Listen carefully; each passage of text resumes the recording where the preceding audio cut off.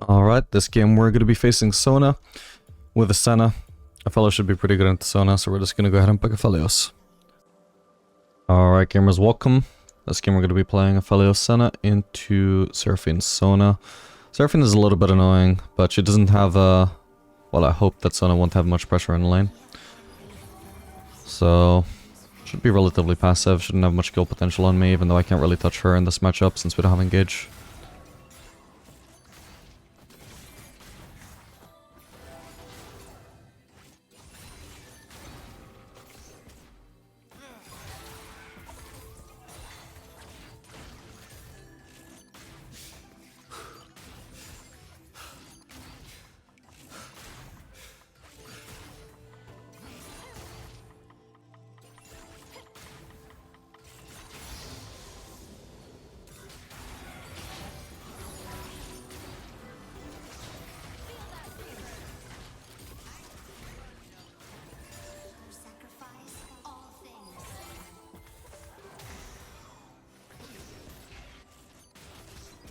Okay, getting some good trades in so far.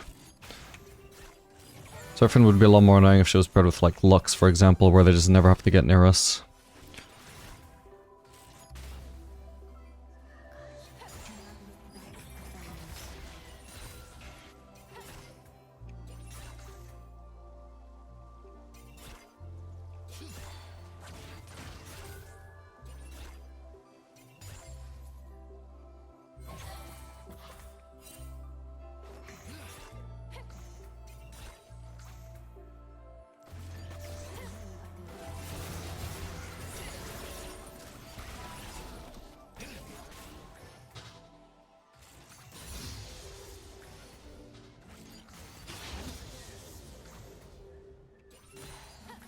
Looking at their comp, by the way, this is certainly going to be a collector game.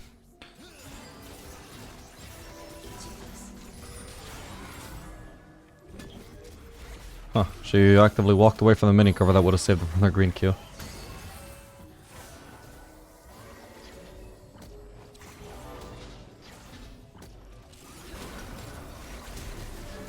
Okay. Shit, I could have actually flashed on her.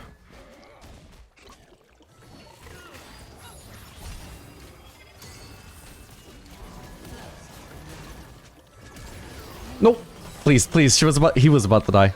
No! Oh my god, that was so close. Fuck. I probably should have just, either flashed the Gragas damage initially, or just buried it at the very least. I'm not even sure I got a full value barrier by the end. Yeah, no, I didn't. So I could have actually been healthier if I just at least used my W. Like, even just, sorry, my barrier. Even just on his W, for example, if I'd barriered that, that would have been a lot more effective than what I did do.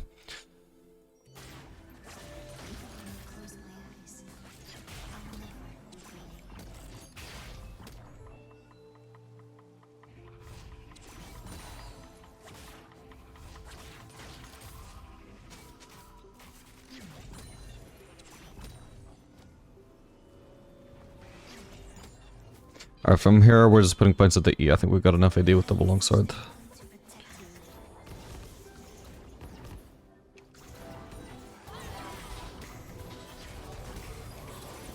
Crap, I'm actually gonna die here 1v2. Where am I?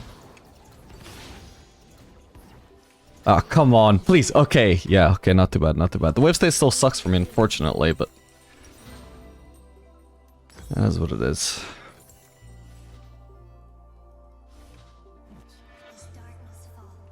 I was hoping I would actually be stronger in that 1v2 with such a big wave, and them having nothing. And especially because they have no DPS, right? From here I'm fighting them with no cooldowns, which is why even though I got so low so fast, suddenly when I'm extremely low it takes me forever to die from there. And I end up getting a kill without using flash.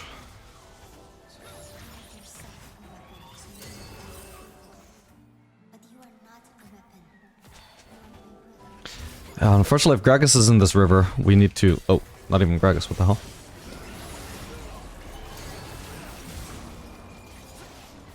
Oh, my Chakras are gone. Wait, did he just leveled up, holy shit. Imagine if he killed me because of that. Yeah, we had somebody pinging us there, pinging danger on the river. It didn't make sense for Senna to overextend there before checking if there was anything to be afraid of.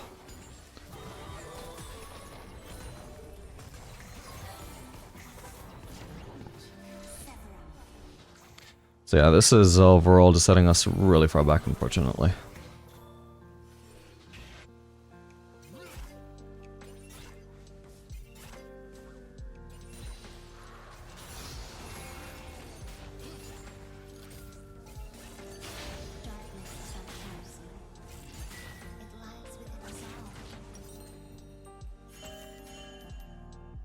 Whoa, I didn't even notice that.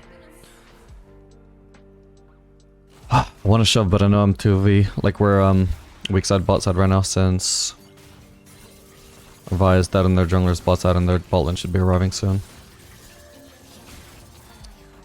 Didn't get a cannon. We need to ward.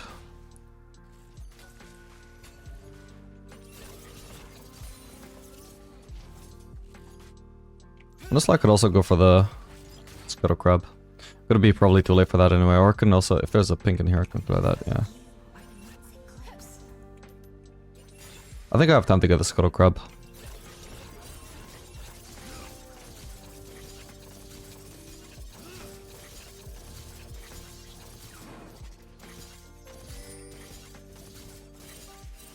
There we go. How much yes have I missed for that so far? At the moment, nothing. Or, well, 1 melee. Okay, I missed 2 melees for like 80 gold from the Scuttle Crab, so that's well worth. I don't know what Senna was pinging me. And a secured us vision in the process.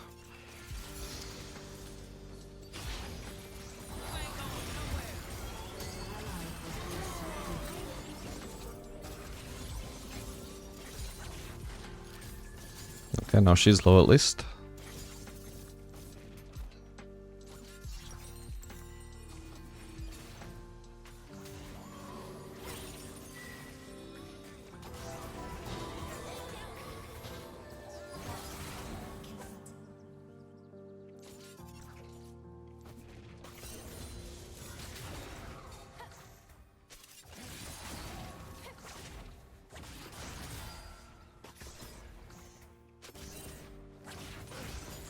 Gotta be careful now when they try and combo their ultimates.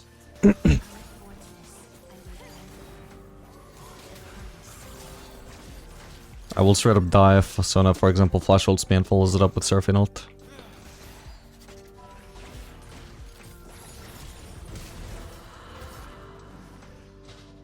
So I have to flash.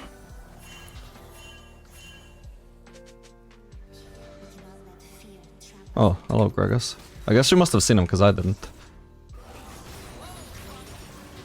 I was wondering why she was pinging me back.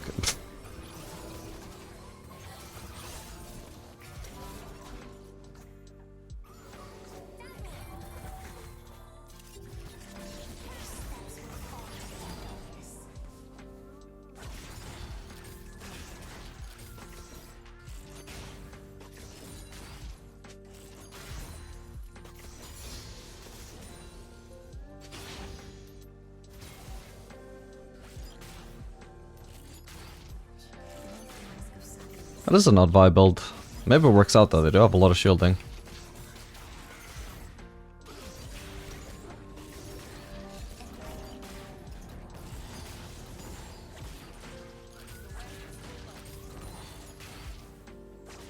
Alright, then the base.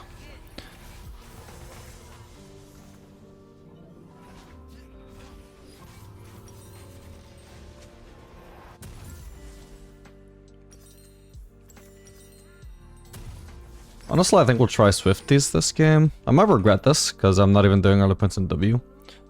I'm not doing any attack speed items, but... They're pretty, like, at least on bot lane, they're extremely skill shot based, and the rest of their comp, it's not exactly full of front line that I can hit either, so it's a fairly low attack speed value game anyway.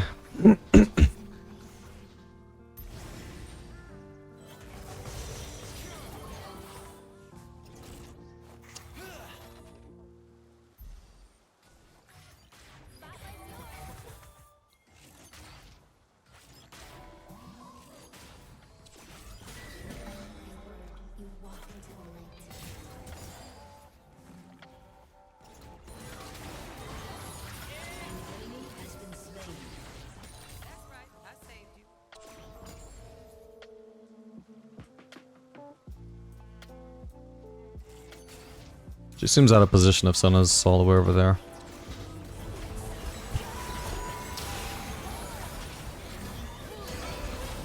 And she's dead. Sadly, I can't dodge that. Could be worse. I got a shutdown from the Sona. They got nothing off of me.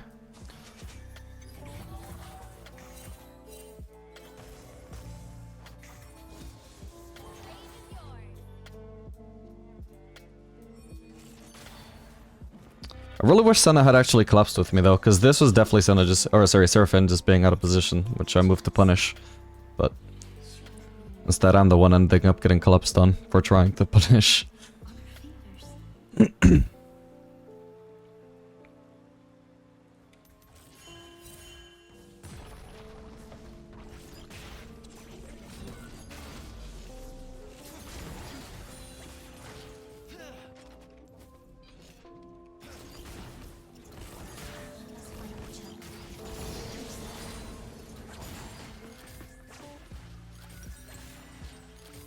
I already have enough for Collector, so I'm just gonna go ahead and base. Scan a wave anyway, they won't be able to crunch this and make me miss farm.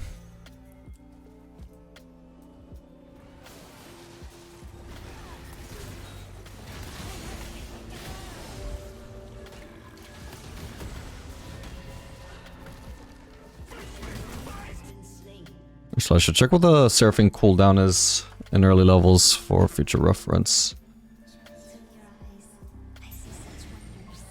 8 seconds apparently. Okay, so in the early levels, I can't really like outrange her with my green like I usually can against most ADCs because her Q range is so high, but if she ever wastes her Q range, that's when I could go aggressive with green for the next 8 seconds. Now I'm just assuming... oh god, I'm probably dead here. And I've got red ult though, if I can use it. Huh, okay, we barely live next to the weapon that we had. Alright, well, I immediately have to recall again, sadly. At least we seem to be getting stuff out of it on the other side of the map. Thank god I actually could cast red ult there, because I was almost 100 to 0'd.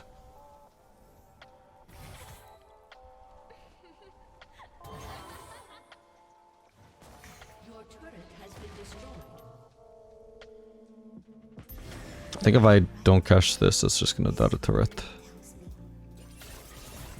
At least the melees will. Alright, now they don't have ults, so I'll crash this and then go mid maybe? Or is it going mid now, so maybe not.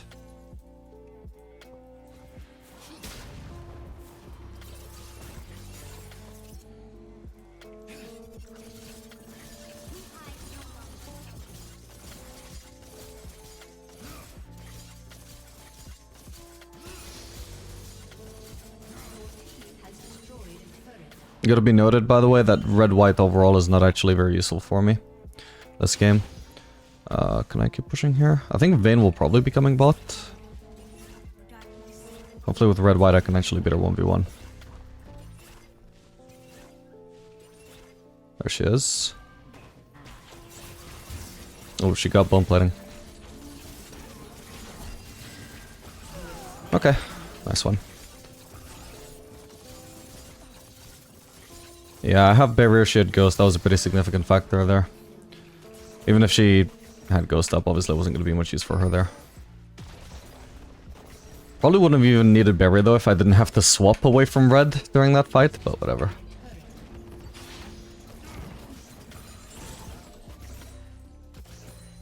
Also running Swifties because I'm mostly... because Berserkers would have been useless against the rest of her comp.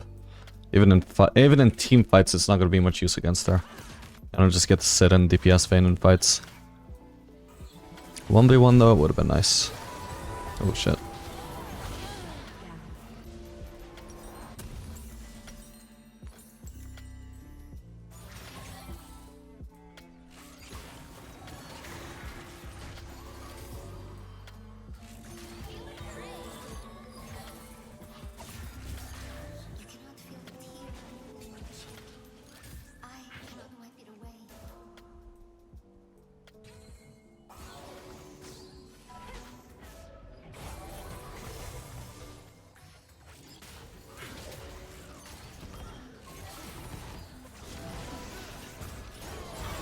Oh, Jesus, that is way too much shielding. If there was no shielding or healing there, that was a one-shot combo.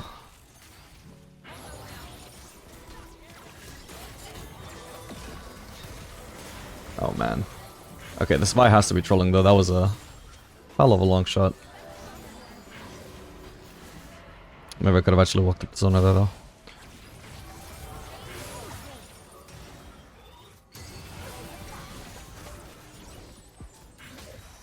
Honestly, maybe I should have rushed Serpent's Fang this game. Forgot how much shielding this bot lane gets.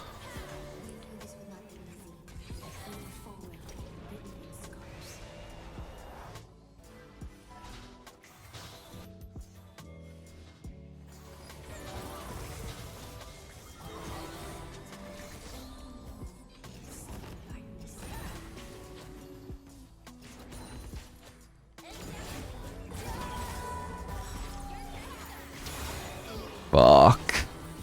Hoping I wouldn't be CC'd all that long, but I was.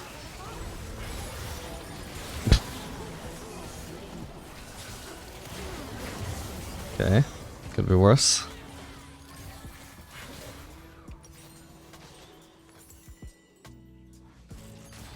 Yeah, I was greedy to try and go for that blue Q in the first place anyway. Alright, so I was actually trying to go for an auto Q. I think I probably could have just hit blue Q on her real fast and then backed off, but then I obviously just greeted. I eventually went for it anyway, and did manage to hit both of them, but... Yeah, because Vayne was rooted, I was like, maybe the charm doesn't last long enough and I get to live, but no. My root does not last that long, the charm does.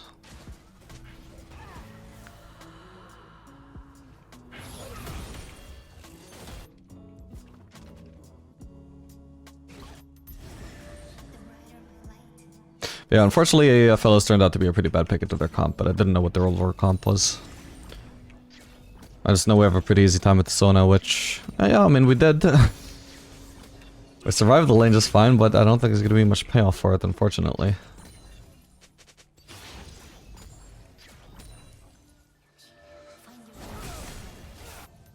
It's the paradox of Aphelios. He's the greatest scaling ADC in the game, but... he isn't very any good into really long range comps, so you don't really get to use that scaling all the time. An enemy has been slain. As light reveals our path, so will darkness. Oh shit. If I'm gonna die here, which I am pretty sure I will, I'd rather take a wave down with me, so we're running in this direction instead of the other direction. Okay, I'm not gonna get a chance to do that. Let's instead try and turn them. Jesus Christ, I have enough burst to kill me through my barrier red ult. There must have been multiple Seraphine Q costs there. Well, that said, would have been nice if I could have at least reached the wave.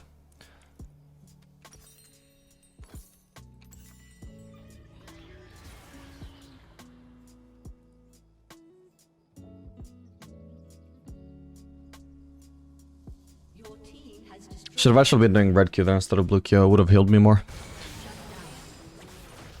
Don't think it changes anything in hindsight, but it also would have given me a slightly better chance of dodging whatever the next Seraphine ability was. Yeah, presumably Q. Since I would have had more movement speed.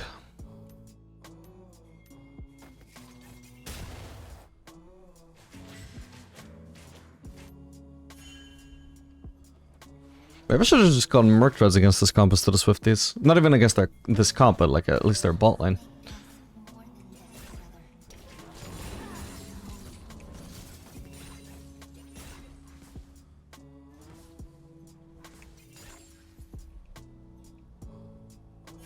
Can't walk up there, I don't have ult in Vayne, for all I know it does, so... Instead we'll do golems while we wait for her to shove in the wave. Okay, she's not even pushing actually, so I can stay on push. Why she has no interest in pressuring this when Drake is nowhere near spawning, I don't know. Okay, she's popping back top again now. Where is she? Nah, she probably is. I'll leave now.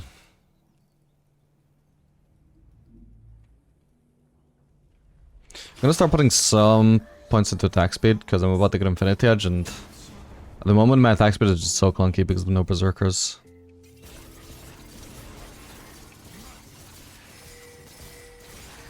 Actually, arguably I shouldn't have been on these.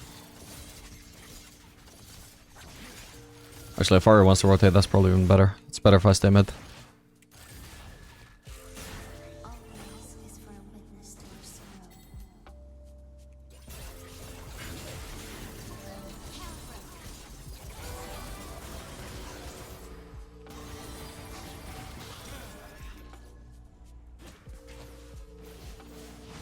I've already got Infinity Edge, so I really do just want to base here.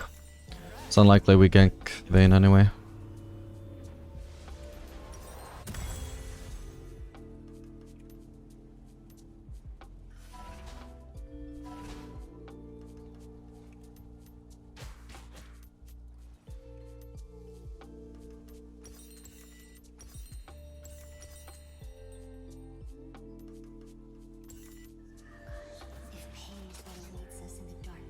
Honestly, I think shield buff out is actually going to be the call here. Because most of their comp, like, if I'm in range to hit anything, they're mostly in range to hit me back, which means I'm going to be taking a lot of damage this game. Even with the best positioning in the world, it's just unavoidable. If I'm not taking damage, it's because I'm not dealing damage. And because I'm guaranteed to take damage, I think shield bow will be valuable. Especially because they're not actually building armor. So... Lord Dominic's can wait.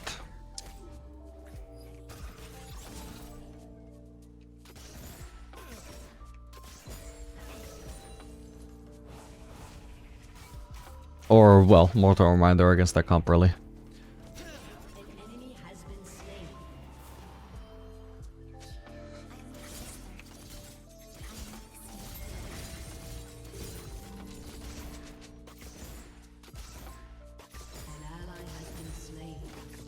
Don't do that, you just cost both of us it.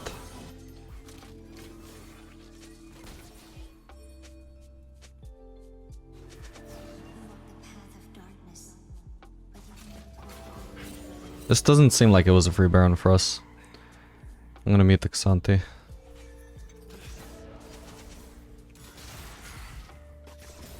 Like, we do not have a fast Baron at all, and they had at least 2 people topside still.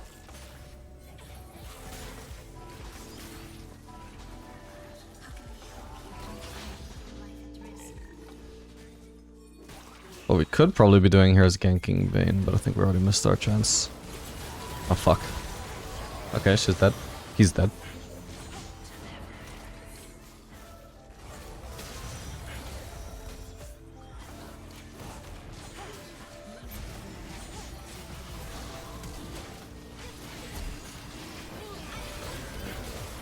No, if it wasn't for Seraphine over the wall. At least Vayne died. See what I mean though? Constantly taking damage. And it wasn't even dealing damage for it there. At least not until the very end.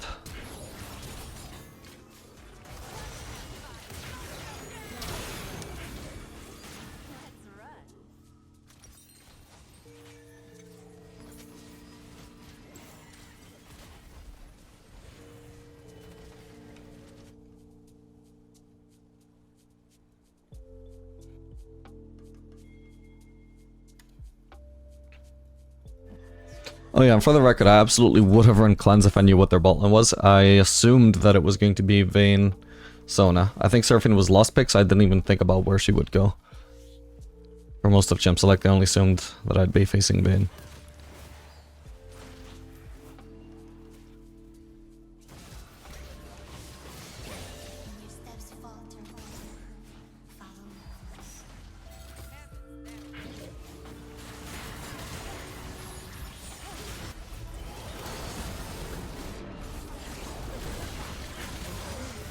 Nice, okay, this could be maybe a Baron.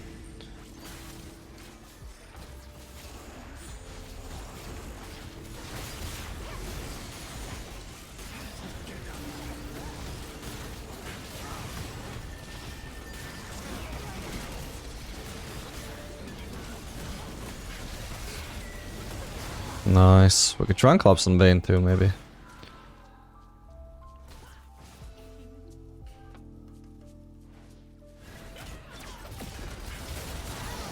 Nice one.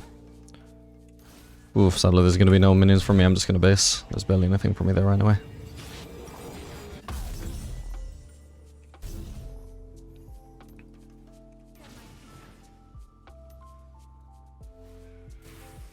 I'm arriving to almost nothing here either, though. This sucks.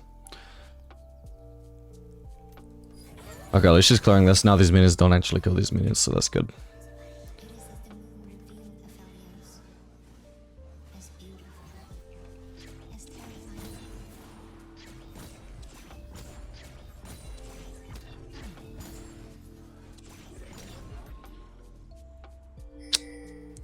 Sucks being on 1 ammo on purple, because I can't just activate Q without auto-attacking first.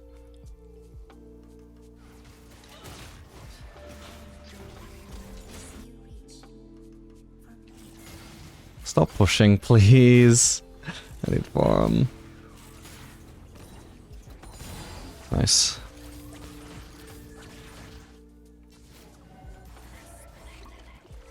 Need to be careful here.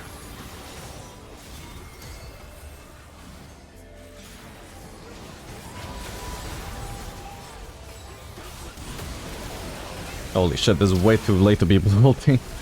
Dude, I'm not even needed. This is so sad. We're actually gonna win this game, and it's gonna be with Aphelios just doing 0 auto attacks or 0 abilities landing because they get blown up too fast. And there's no front line for me to hit. So I just spend the whole game walking at the range champions and not reaching them. See, Jinx at least would be slightly more useful in this situation, because she would at least have W and R.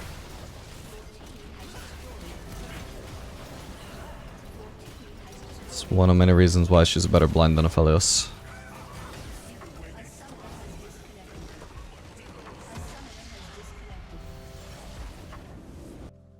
Alright gamers, welcome. This game we're going to be playing Jinx Sona into Jhin Tahm Kench. Should probably be a tough matchup unfortunately, since we're playing two immobile champions against Tahm Kench. Let's go very good all in, long range all in. I think Jhin is probably decent with Tahm Kench as well, since he also has a very long range follow up to the Tahm Kench engages with his W.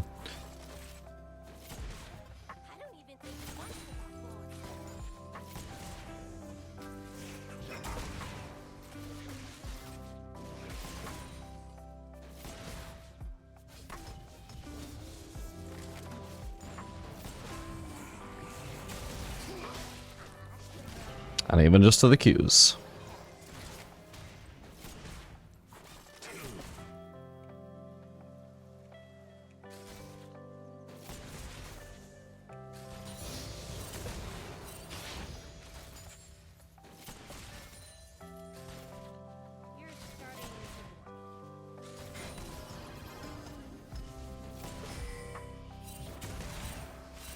Okay, it's possible Tahm Kench is roaming. He's probably just warding our jungle though.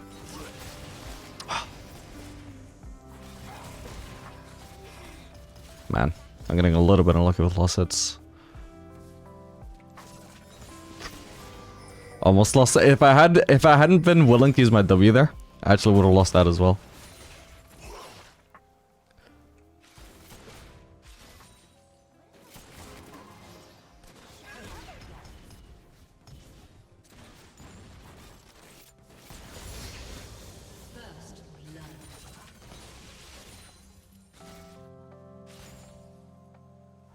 Okay, yeah, well I needed Sona's help with that. Okay, we're gonna level E. I think self-heal is gonna be super important here. There's somebody there. Is that Tahm Kench or might be Kha'Zix?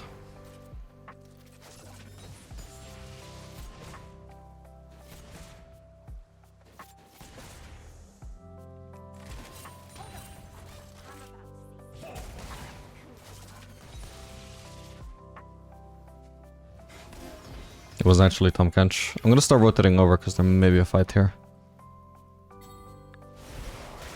Oh boy. Jesus.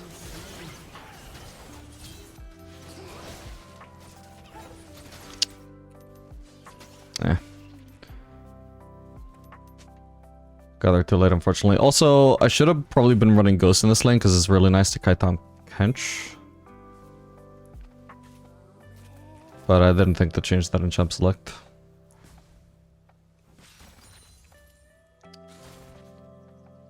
Oh, but unlucky again there. Of course, there's a lot of room to get unlucky if you're just constantly having your minion shoved under turret, because that's where the unpredictability of minion aggro can actually fuck you over, so... It's just a whole lot of more of chances for me to get unlucky with CS than for Jhin, since he has prio in this lane. Because both me and Sona have to be scared shitless of actually getting knocked up by Tahm Kench, so I have to play incredibly safe.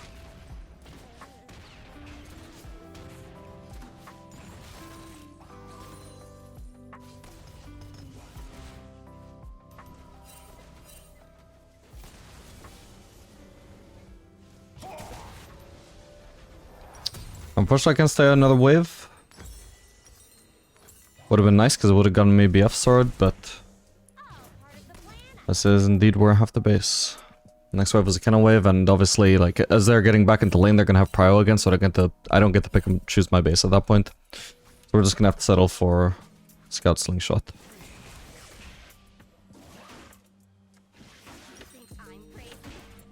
And we're definitely going for Intel overall. Their comp is fairly frontline focused.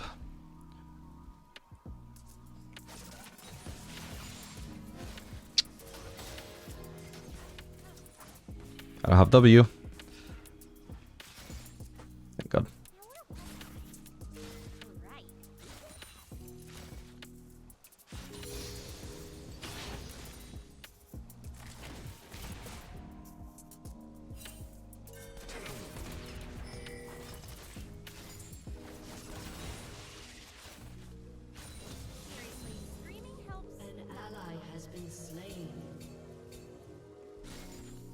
Well, not a whole lot that the Jinx can do about you getting ganked.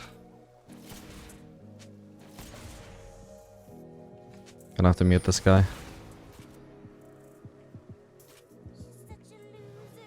This could be good. Ooh, just barely didn't root though. Looks like he screwed out of the way though. But nice try.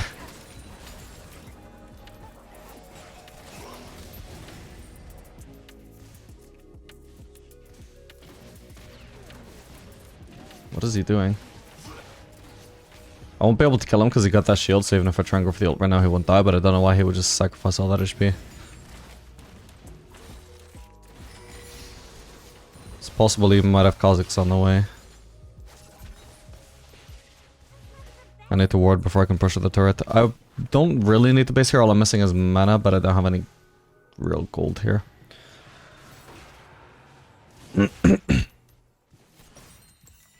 So ideally I don't base until I can get BF sword.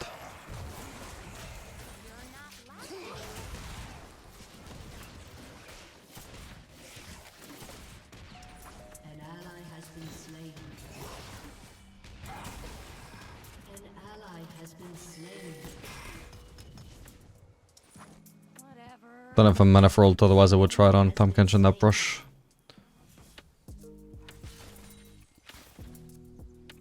Shouldn't have used my traps probably.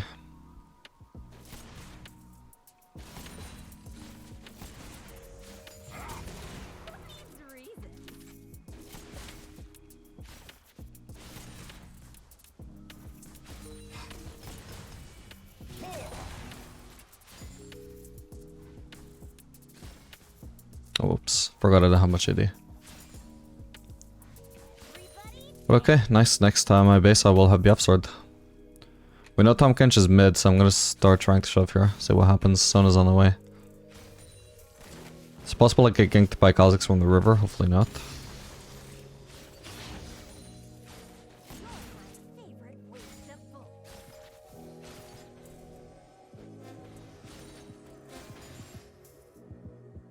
Yeah, I don't think I can really afford to stay another wave longer with such lack of vision in the river. Jhin is pretty slow at shoving in waves anyway.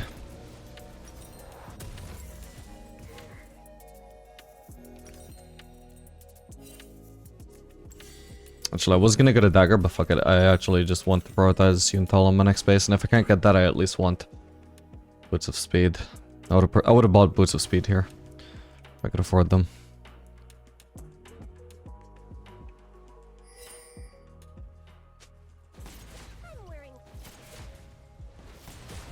Whoops, that was meant to wipe out the wave. Not even a turret though, so it was a waste. The whole point was to kill them backline so he couldn't do much damage to the turret.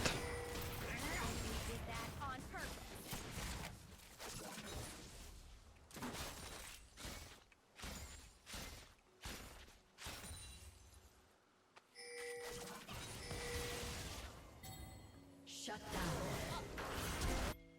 down. Jhin has ult for joining this fight, remember?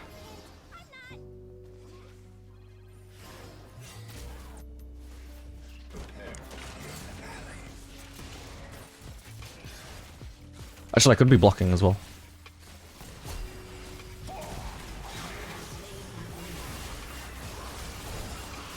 How fucking annoying is the theory that I can't hit her with my W because there's constantly pets in the way. I tried my best to try and get them out of the way. But I couldn't fucking see them. I'm just like, yeah, I just hope they're not in the way. But of course they are. They always are. Unreal. I hate that champion.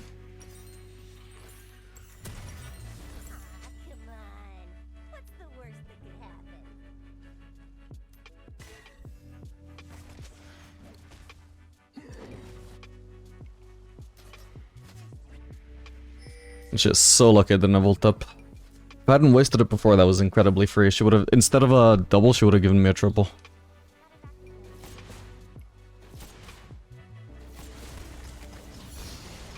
She did not have that information.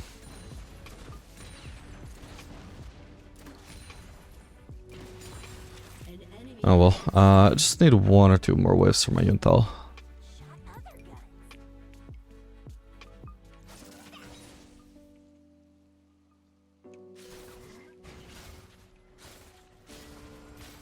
Was he trying to steal that?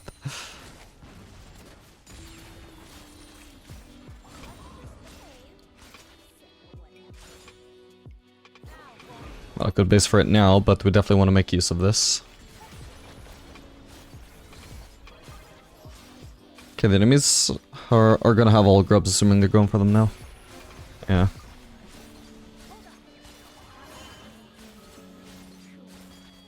It's more worth than us getting playdings here, but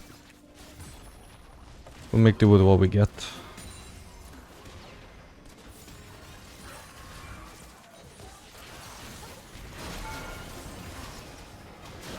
Nice one. Okay, what the hell was that about?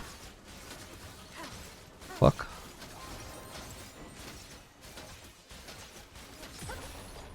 Almost looked like trolling.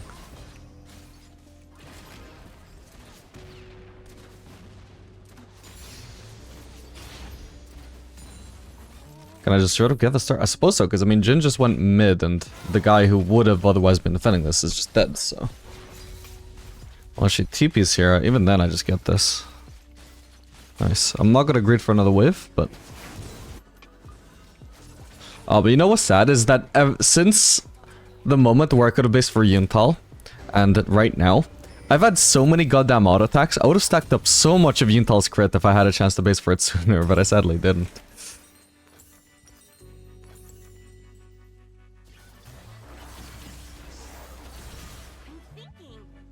Okay, Sven is going mid, we're gonna go bot. Okay, Rune on second should hopefully be really crazy against Nafiri. Because it's just gonna spread the rockets onto her. I won't be able to hit her with W all game, because that's a really stupid way to design a champion. Sadly. But on the other hand, it's also, I can also make it work against her, because the pets constantly surrounding her is gonna give me alternate targets for my Runens rockets. Which is gonna give her like ×2 damage. Because you'll have the main auto attacking hitting her, and then the splash of the second and potentially third rocket hitting her as well. So ×2, ×3 damage. Something like that. I don't know exactly how the math works, but it's a lot of damage compared to what she'd usually take if she only got hit by 1 rocket. And because the pets are constantly surrounding her, she can't avoid it. I can't overextend here. The enemies aren't defending top, so I have to assume they're ready to make a play on mid lane. We can farm wolves in the meantime. Alternating between rockets and minigun. Because I need to both AoE the small ones, but also DPS the big one. So by alternating, I get much more DPS on the big one. Compared to doing only rockets until the small ones die and then only doing minigun.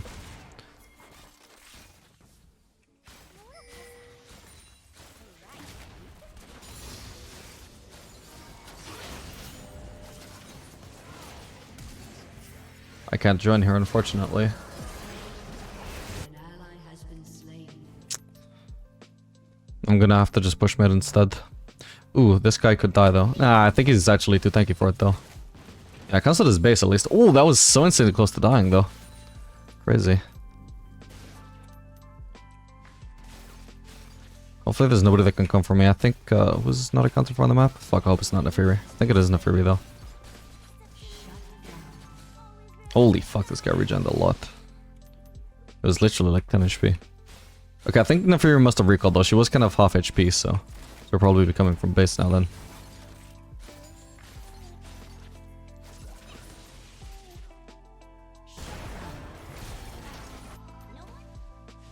Oh, she's bot.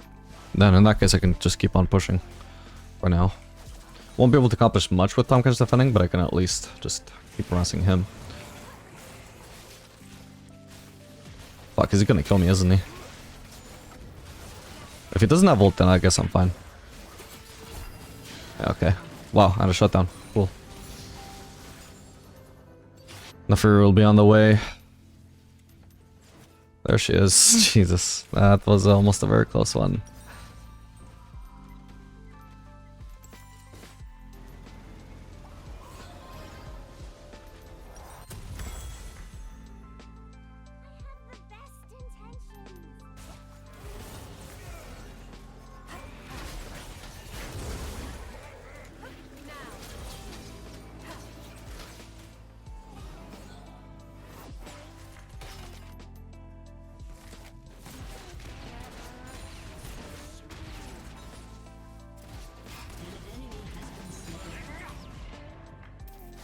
Wait, doesn't have force. I don't have to be afraid right now. I'm ridging him too hard to be worried about a single auto.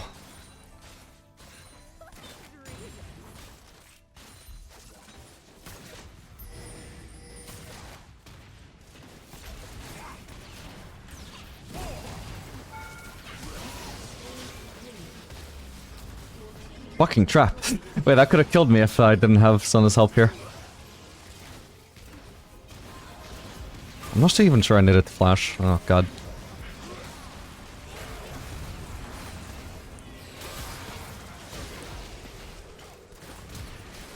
Okay, that was pretty close. Almost got him. If it didn't flash, he was dead. Killing spree.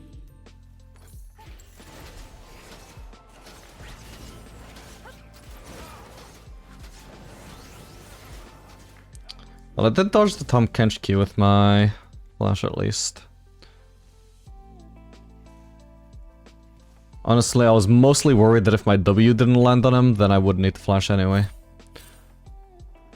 But it did end up landing, so it might have potentially been wasted. The big risk here, though, is the fact that we're actually trying to kill Tahm Kench instead of running, knowing that our Kindred is just doing Herald, while we don't have any information on the enemies. Ooh! Nice.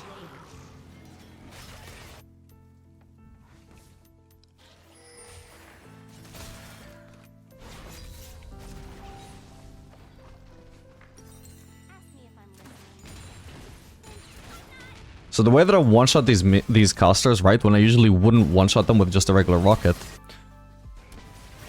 That is exactly... Ooh. Fuck, man. Okay, not too bad. Yeah, that is exactly what should happen with our rockets and the Fury. That's... Where they're all just taking more damage because they're clumped up. And the Fury doesn't have a choice but to be clumped up. At all times.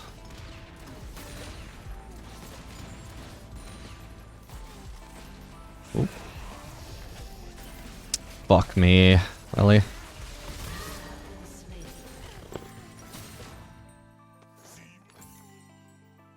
Okay,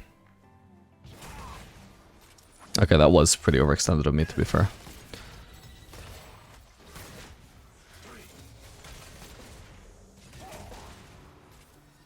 Even if Kha'Zix hadn't just barely been in range for the W, I probably would still died in the Mundo slow.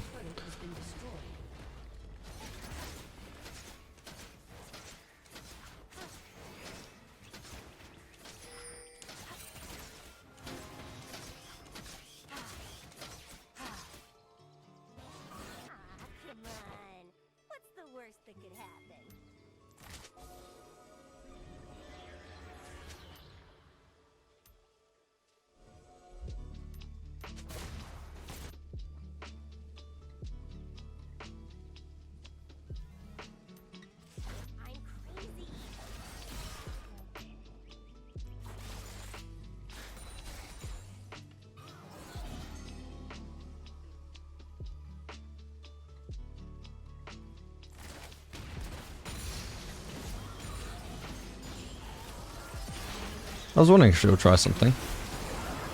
Holy shit, you see the way she explodes?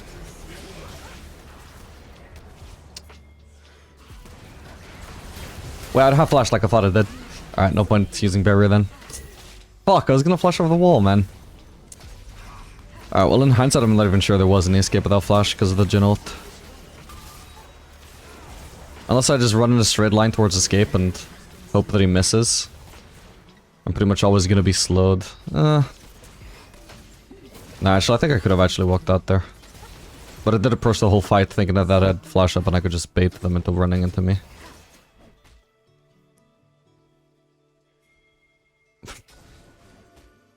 Oh well. But yeah, I brought that Inferior down to half HP in like 2 autos. And that was without Infinite Edge. Now our damage is about to extremely ramp up.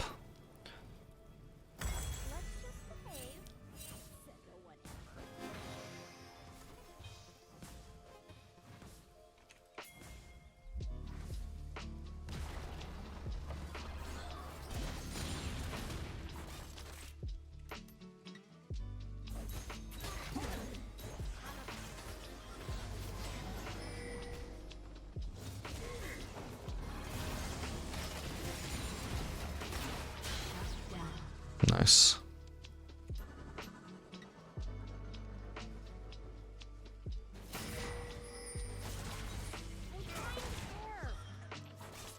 Are they on that? They are. That's an odd choice though, and I think they've noticed. Because they have disengaged now.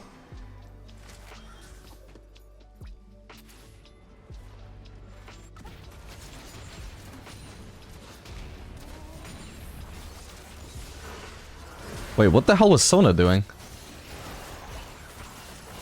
Don't even know why I bother with the... Oh, fuck, I thought it was on rockets already.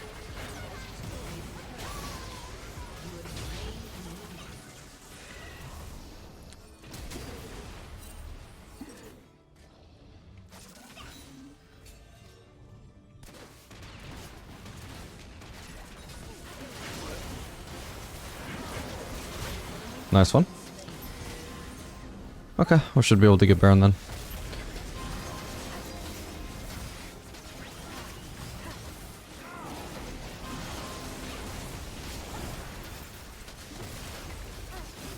Suppose we should want anti-heal for the Mundo.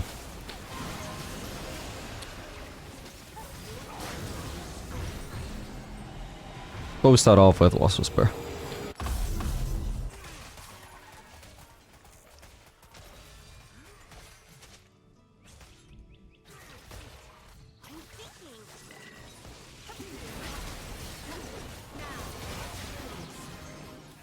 Huge.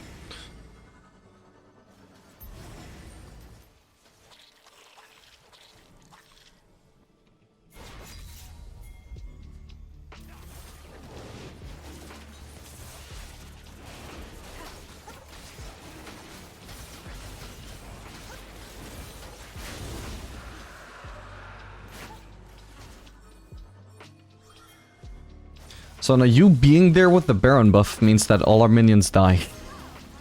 Just like ping us to help, so I assumed so that somebody would at least get the CS, but they're all dying because she's there.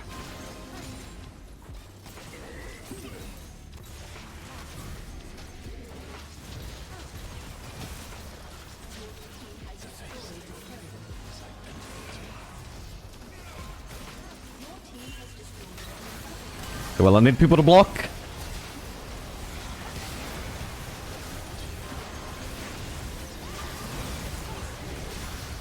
Holy shit. I got hit by way too many Jinos there with a frontliner Swain. Right there who could have blocked. Thankfully we don't die anyway, thanks to the Kench ult.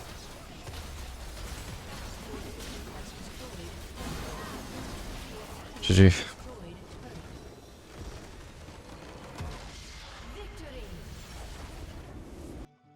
Alright, so this game I've actually decided to go for Xayah, which I think might be the first Xayah game with this account.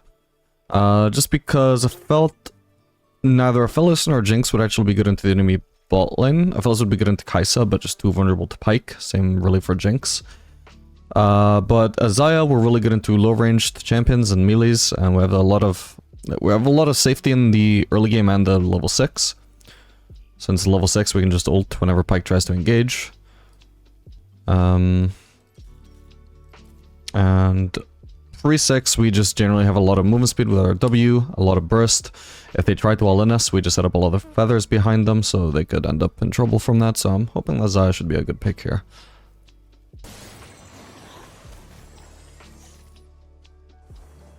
Alright, we all live there. Awesome. To be honest, I kind of got baited into thinking we might have been 5 there. As soon as, like, I wasn't paying attention, then suddenly I see them and I'm like, oh, do I start running? No, we got... Wait, in the brush we're a 3. Wait, we're 3. Oh, shit. Alright, yeah. You saw the matchup. Xayah, Nami, into Kaisa, Pyke. I don't actually know if I own Lucian on this account, but if I did have Lucian, actually, he would have been perfect. Really good with Nami, decent into Pyke since we can just dodge his hook with my E very easily. But whatever. Xayah should be fine too.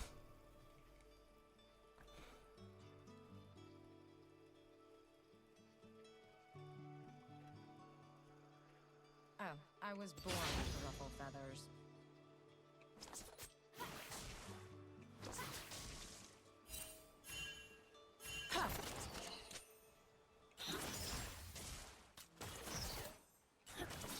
That was too easy, but still.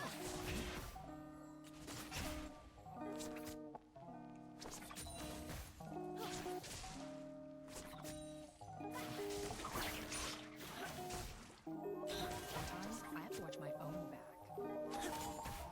We should focus on pressuring them here. I don't know why Nami's just trying to push. They're not going to beat us to level 2. We should just zone them off the wave.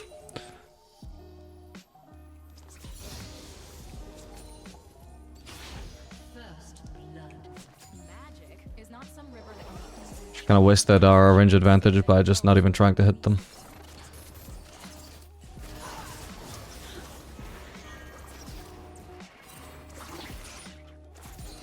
So our abilities landed, still a good trade.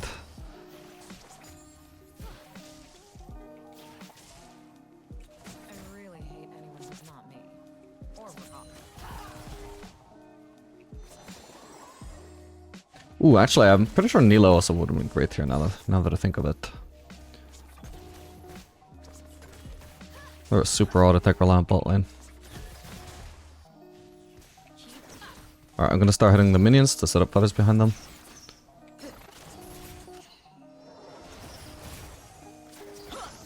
Ah, fuck.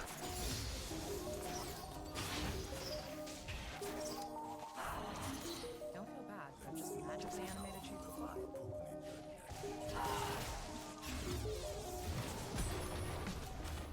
Nice early plating.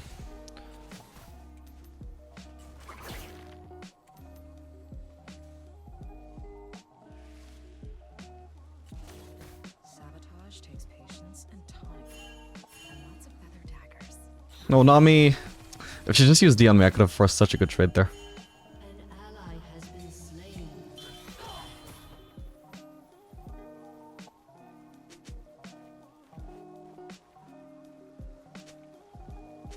I prefer to work at night because, you know, the sun.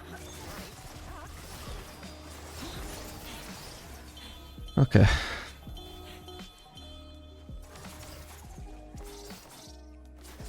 drop something.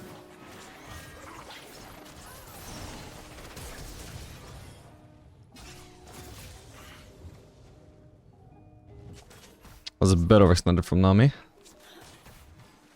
It's now awkward how little HP she's got to work with. Talking to people makes me want to stab. So I do. Nope. Alright, we're gonna assume we might be getting ganked here, I think. I gotta mute this Zac as well. It's unreal how many players have just had to mute in the last games just because they make the chat unlistenable too.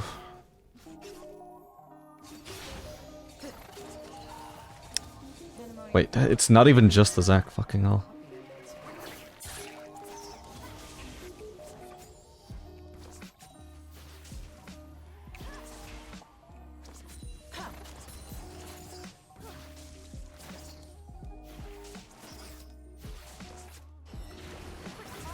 It's just a feather.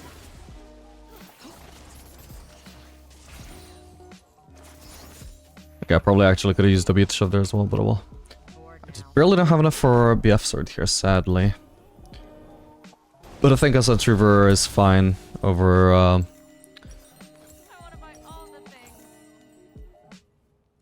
things. Yuntal this game anyway. Yuntal is viable on Xayah, but still more popular to run Essence Reaver.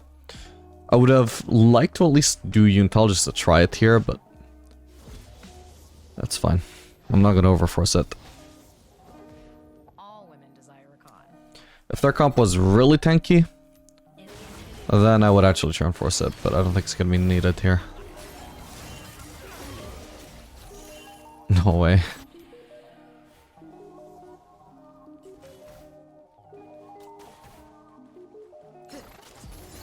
If our existence is everyone else's chaos, Okay, Pyke is roaming. so be it. Nothing is ever easy, but that is really easy.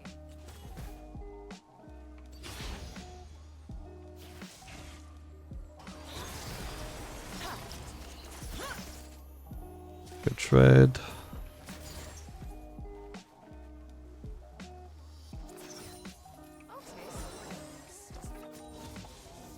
Yeah, she's getting really scared over by Pyke from. We're just pushing towards us and away from her. Oh shit, this could be bad though.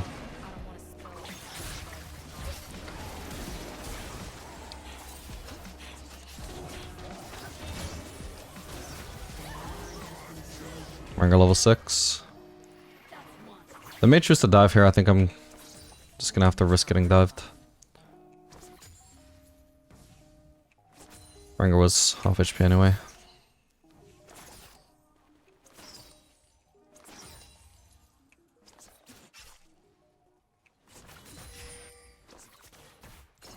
I'll do whatever needs to be done. Twice.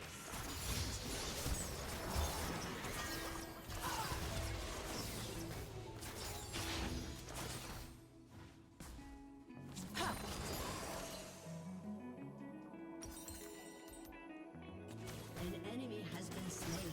I'm running out of mana, and Xayah, or sorry, Kaisa isn't. So even though I'm higher HP than her, I actually want the shove in base.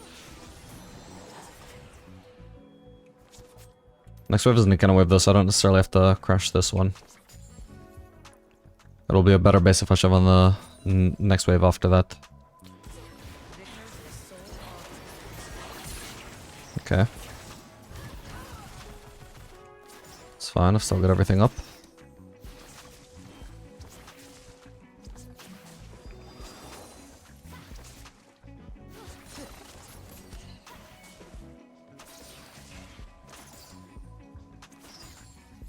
Still gonna base here. Even though Kai'Sa's really low, we know Rengar has level 6, he's got ult up, I don't think he ever used that. We know Zac is top side, whereas we have no idea where the Rengar is, so for all we know, there's like, if we don't know where Rengar is, right, then we'll say it's a 50-50 chance he's here, 50-50 chance he's not. There's a 100% chance our jungler isn't there. So we assume there's a 50-50 chance we're actually just playing weak side, and that would be bad to try and play aggressively in, so instead we will just base. Ionia's meddling birth.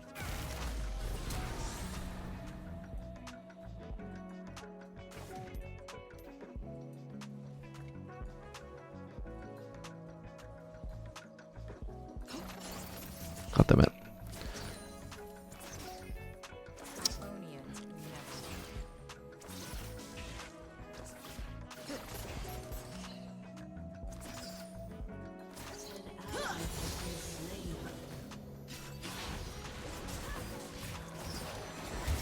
Oh shit.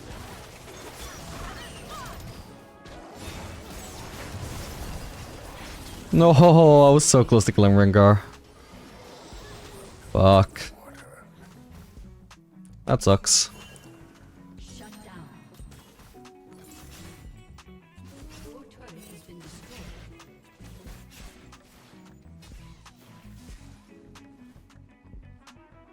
I suppose the... Oh, wait, I think I actually just barely saw Rengar there. I suppose. Nah, maybe not.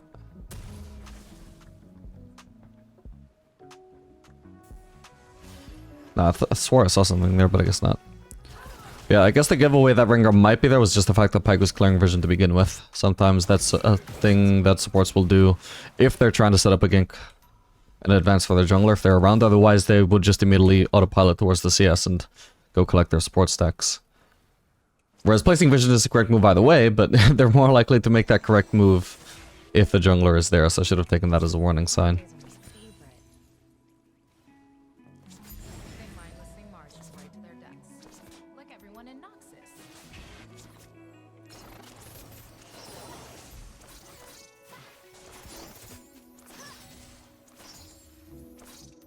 An enemy has been slain.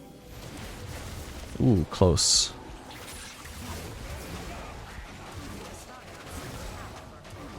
Man, they're actually just gonna get away with it. Sad.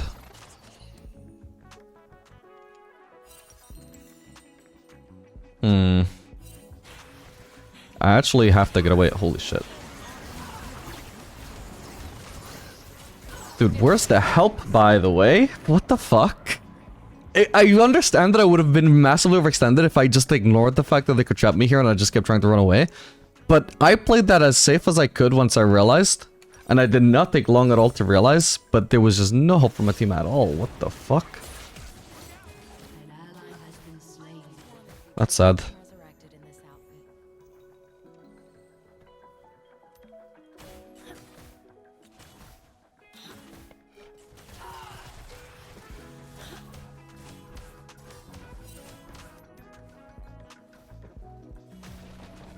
For Connor here, I'd make out with him until his hair's bled.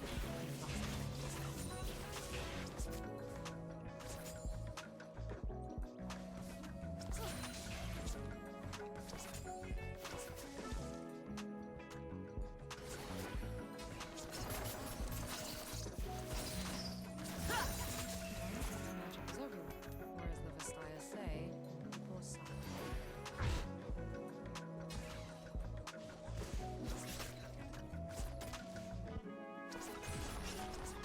Okay, presumably Xayah has based.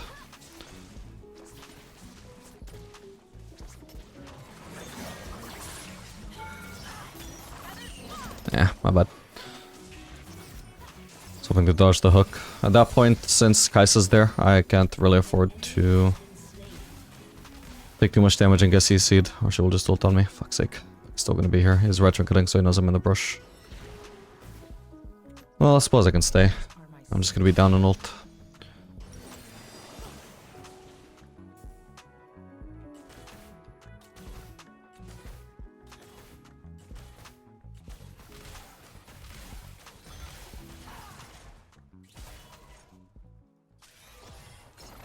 This is so unsatisfying.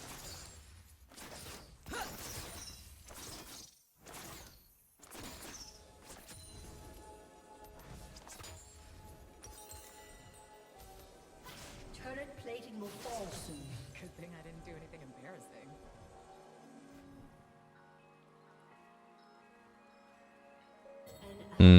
How do we bait them in? Because it's too easy to make it just too obvious. Oh, Rengar's here.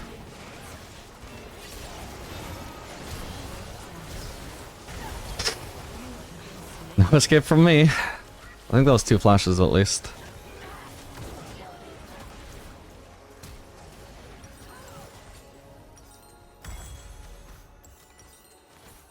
Okay, not too bad. Could be worse. Your turret has been destroyed. Your team has destroyed I can actually do quick look. Should be worth it on Xayah. Well, actually has a crit scaling on her E. I guess double dagger would have been fine too. Well, no, Kai'Sa doesn't have ult, so she doesn't have to worry.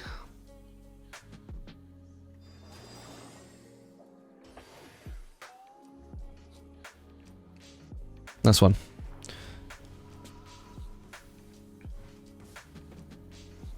an enemy has been slain.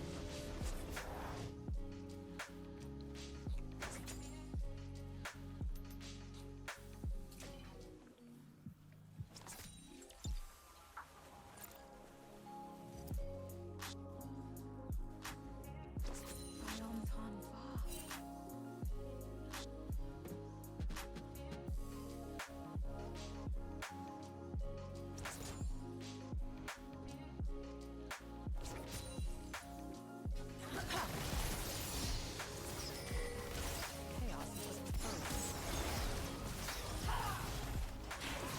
Alright, we disengage. We don't want to let Kai'Sa fully proc her passive there, and I've got 3 shots already, so I don't want to drag it out. Rengar oh no, okay, Rengar's mid.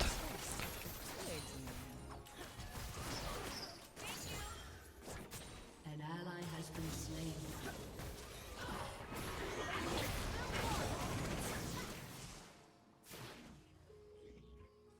I'll keep it frozen. I want to ward on that bush though. Okay, nice one, Nami.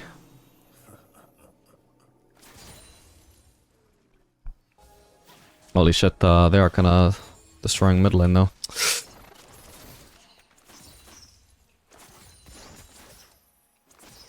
Your turret has been destroyed. Yeah, there's nothing to do though. Is never on my to-do list. It's too late to shove out a wave and just go and defend.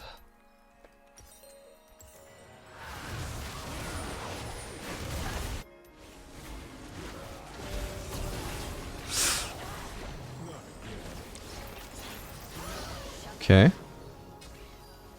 Okay, that's pretty good.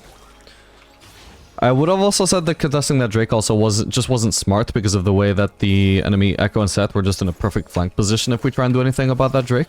So we had to give it up, but it worked out, they just didn't go and flank us. I mean, Seth went top anyway at some point, but the Echo was in position and just didn't do anything.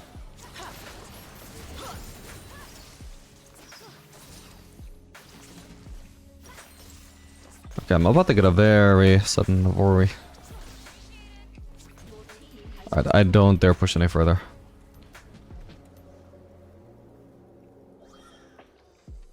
This guy is gonna waste a lot of my time.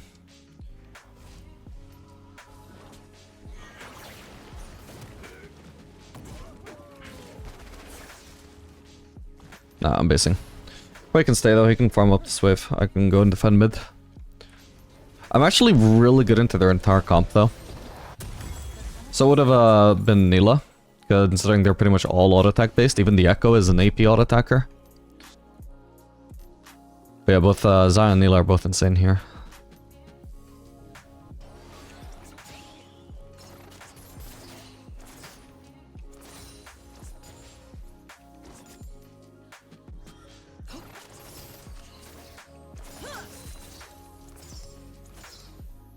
I don't think I have time to push the turret.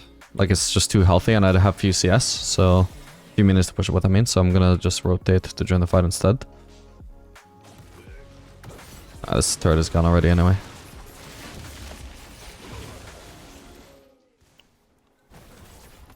Your turret has been destroyed. I might be able to outplay Rengar if he shows up here.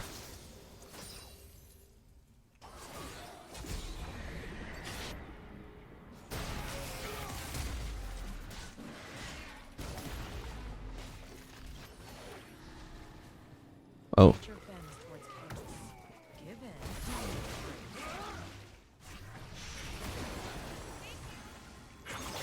Holy shit, that movement speed I got. Wow, I picked up a lot of shutdowns. Like, literally, I think all 4 of my kills have been not huge shutdowns, but like a reasonably sized shutdown. I think the smallest one was the Pyke one, which was like 150, and every one of them after was like 500 gold each. But this Echo is trolling. Like, that was such tunnel vision on a bad play that it already failed, and he just refused to back out on it.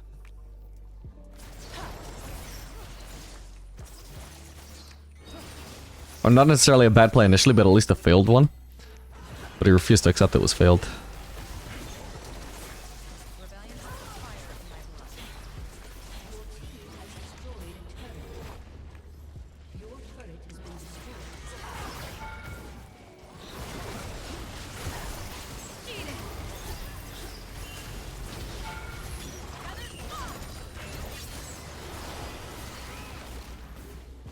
While I live.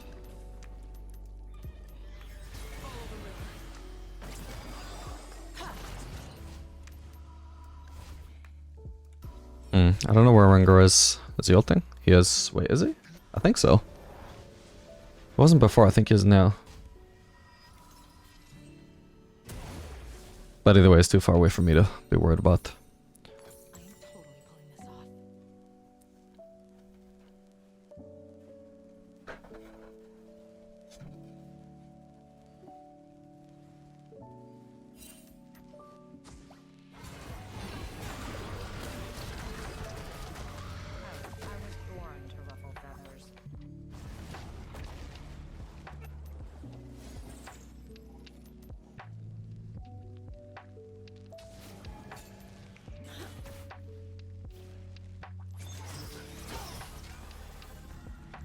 Oh shit, I'm dead. No wait, he's not going for me. Perfect. Unfortunate for my team though. I can't do anything there. I'm not even sure I can defend 1v3 there, so especially without ult up, so I'm just gonna farm mid instead. I want to give up my life. Shit, do I know where Rengar is? Fuck, I should take those raptors, but I can't if he's gonna call me for it. I really hate anyone who's Okay, looks like they're not actually doing 3 people bot though, so I can actually defend bot just fine. It's gonna be third Drake for them though.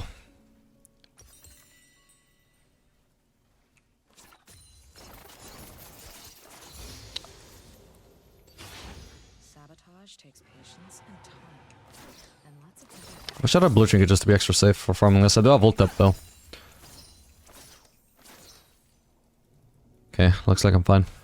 We wrote it back mid.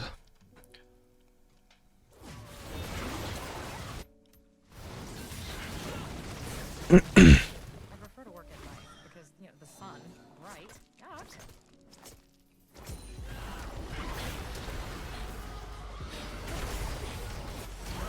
That's one.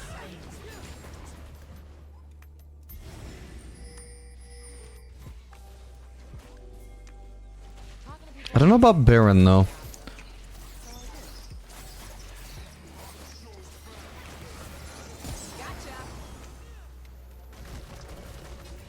Instead I think stealing camps and maybe getting picks in the process is better. Like this, for example. This could lead to free Baron.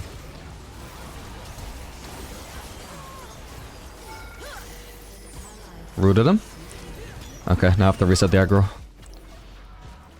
Gotta stay away from set. Oh god. Fuck, I didn't expect that. Ah, god damn it, I forgot I can gap close onto me using my teammates. Oh, nice, he died. Damn.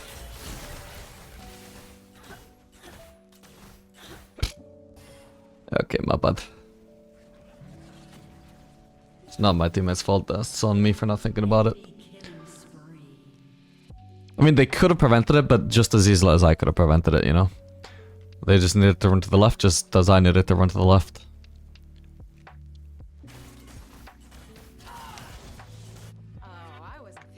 It was actually, in the replay, it just feels so insanely clear what he's trying to do the whole time, but in the moment I didn't notice. Like, at first he was trying to ulta Tryndamere onto me, then Tryndamere dashed out of the way, so then he, like, started hesitating a little bit, because he was like, ah, fuck, my plan is ruined, what now? And then my teammate started walking up, so he realized, oh, I can still ult them. And the whole time I was just clueless, but it's so obvious in hindsight. There we go, Jesus. Yeah, this is a bit of a risk, which is why I'm not gonna save for those casters.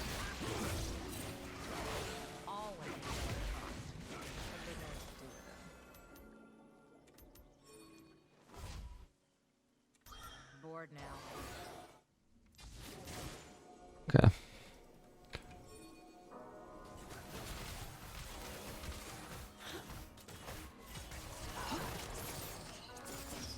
And again, you see, she does the same thing of just leaving the casters to die. Not worth the risk. Alright, I really need the base for Infinity Edge now, though. I'm going now.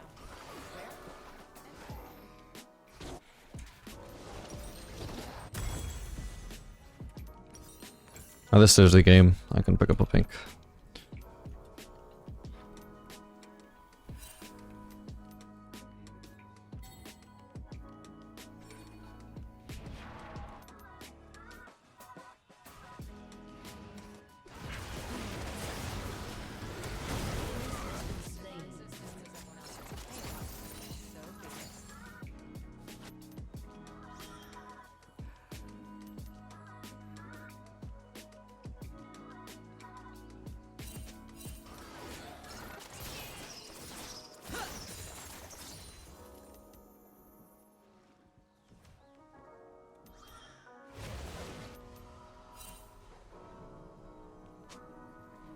So much to do. We just keep on pushing waves.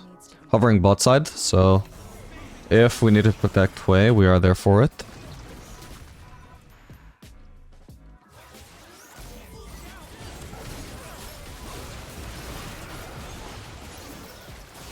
Huge. Alright, I can keep pushing top, since Wei can't. Wei has TP though.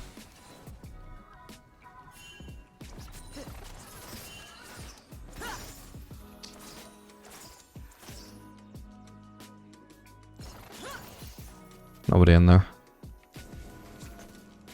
They say I don't know when to quit. Like that's a weakness.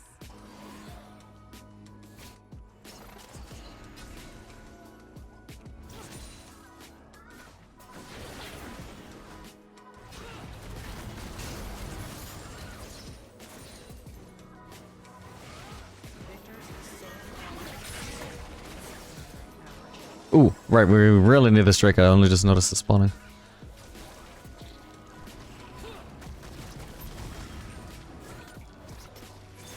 Just rush it, in my opinion. I'm gonna set a ball, my feather's there. Oh, for fuck's sake, the goddamn set. Oh, got it. Don't know what Rengar was preoccupied with.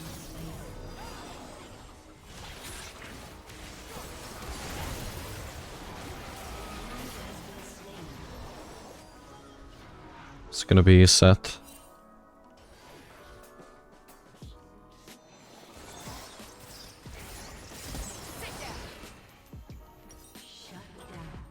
Do I need anti-heal this game?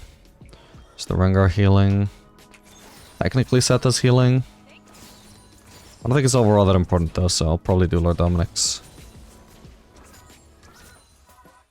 Auto reminder if I can afford it.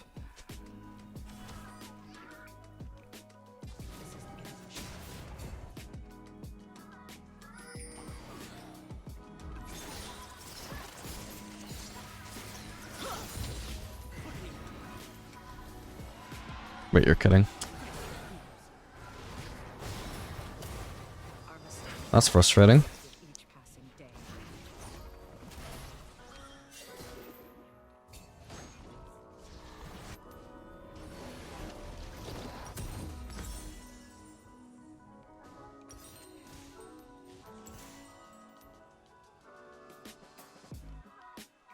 There's also technically Echoed, that's a heal. Cloudy days are my favorite.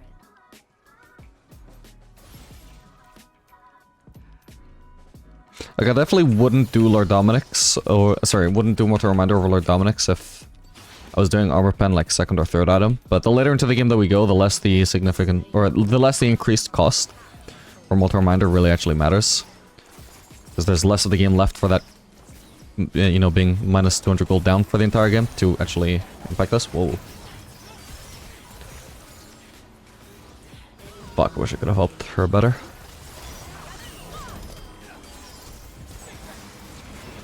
Oh, for fuck's sake, dude, I had barrier, but it doesn't do anything against the goddamn Pyke ult. That Echo should have been dead, man. So sad. Might have fucked up though by letting them isolate Nami.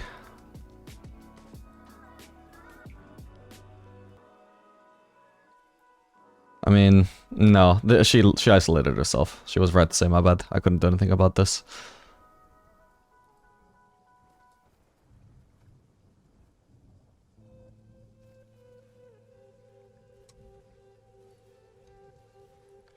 Oh well, happens.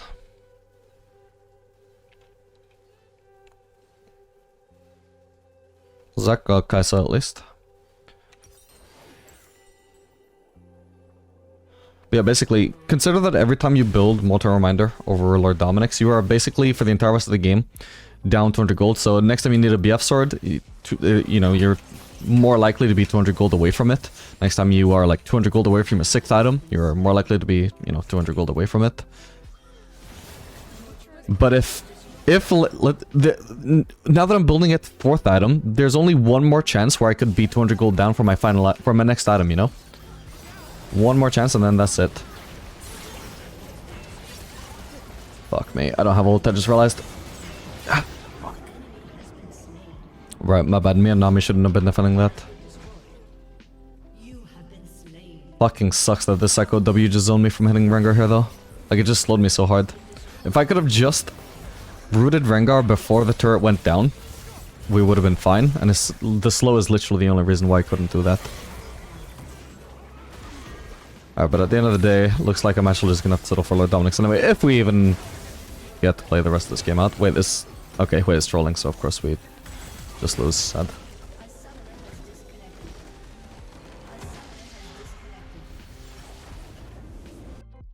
Okay, so this game we see we're playing with a Milio into a Xayah. Aphelios is good into Xayah. Aphelios is good with Milio. Aphelios probably will be good here. I mean, we'll see. I might get countered by the enemy, whole enemy comp again, but I want to play Aphelios. Alright, gamers, welcome. This game we're going to be playing Aphelios Milio into Xayah Pyke. So an engage support is always what Xayah would need in this matchup, and is also good into Aphelios, but I think overall the matchup should be okay. I mean, I hope so. There might just be cope, because I think Milio might be vulnerable to Pyke as well, but we'll see.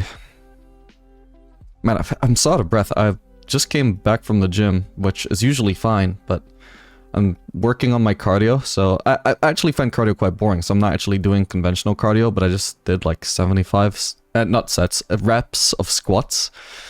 Holy shit, like I'm still so not out of breath when I'm not talking, but like, wow, I'm still like catching my breath, it feels like, when I'm actually speaking. Anyway, whoa, what the? I feel like that's not what he meant to do.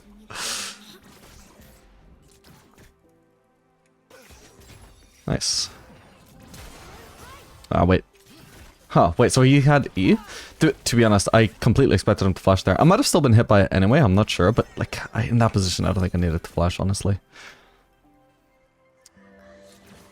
Alright, well, he baited my flash. I don't know, his confidence baited my flash. Alright, they are going to be beating us to level 2, I'm pretty sure. Guess it just pushes faster than me. I say we back off. There it is.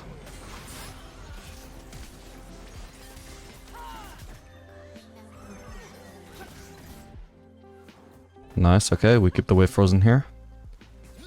Okay, unfortunately the wave followed Milio instead of me, and Milio's not as smart as me, so we don't end up with a frozen wave. Oh well. Still on us out of the map though, which is really good. Just as long as we're in a safe position. It lies within us all. Oh.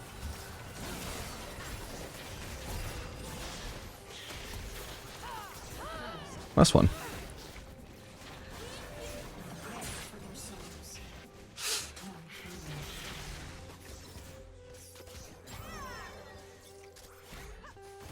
No way. I was gonna say, well, we know he doesn't have flash, but there's no way I reach. Why did he try and juke? I straight up was not gonna reach. I aimed as if, you know, I aimed predicting a juke, but I wasn't actually predicting that he would juke, you know? It's more like, well, my only chance of killing him is if he jukes in this exact direction, so I'll aim it there. Not expecting to actually get a kill. But hey, it worked. Alright, also, another thing I actually meant to mention, but I got distracted by my own fucking lack of fitness. Is, yeah, I want to do Yuntal this game if possible, since we are facing Dr. Mundo, who will get quite tanky. And there are 3 melees on the enemy team overall, so we should get decent usage out of it. But I wasn't gonna force it if I couldn't actually base on the BF sword. Because from my testing so far, it doesn't feel that good. Like, if you're not gonna base on BF sword, I don't think it's worth having these shitty bases. But hey, I just happened to base on 1300 this time, so Yuntal it is.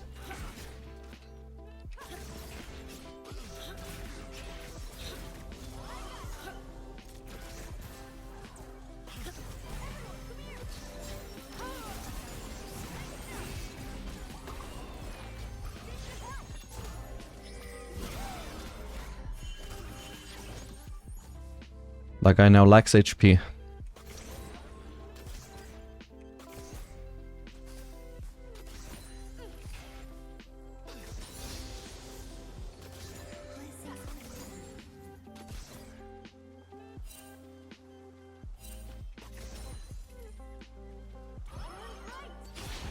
Alright, I mean, there's not much for me to base for here, so even if they had based, which seems at least Xayah hasn't, still just chill here.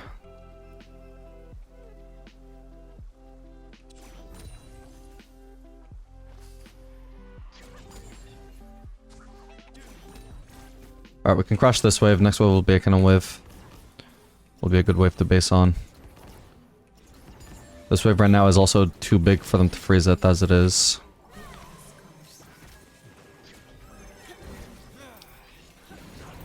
There's too big a wave here for Pyke to actually try and... Well, for the enemy bot lane in general to try and find me there. Do I want to base here? I mean, right now we're kind of weak side, so yes, I would say so, yeah. I'll base for this. This is good. I've only got, in terms of my runes, I've only put 1 point in W. I've mostly got Q and E, so attack speed is nice here.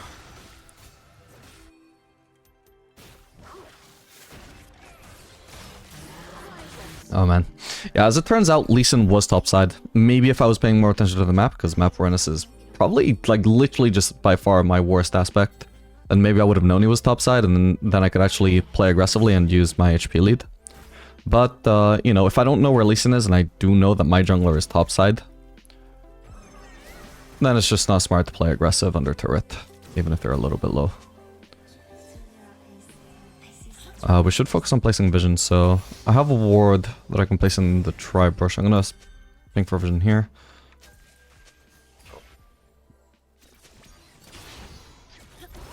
What are you doing? I was gonna say she might use barrier there. Dude, that is mean a block, whatever.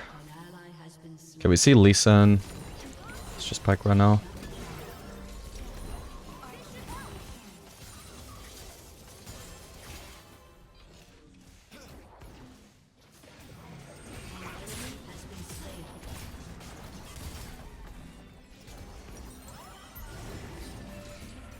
Should have blue keyed the entire wave, my bad, because I want to shove another wave and then base on Yuntal.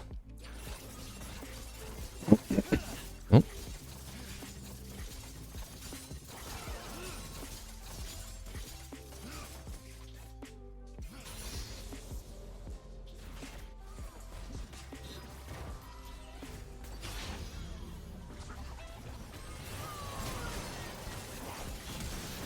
If I flash to this side, then I'm guaranteed to be able to kill him.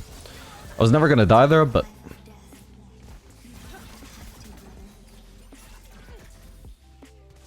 Flashing removes the risk, and also... guarantees me the kill. We may as well stay here at this point. We do need to... We can't overextend though, this is far too overextended for Milio, because we know as soon as Pyke gets here, we know Lee Sin is bot side, we know it's a 3v2. But Lee Sin can't stay, you know, holding their hands forever. At some point he's gonna have to leave, if he hasn't already. And I mean leave bot side in general. And then we just have a huge HP lead onto Xayah. Yeah, I feel like I kind of made it obvious that Milio was around. I might need to red ult here? Yeah, I do.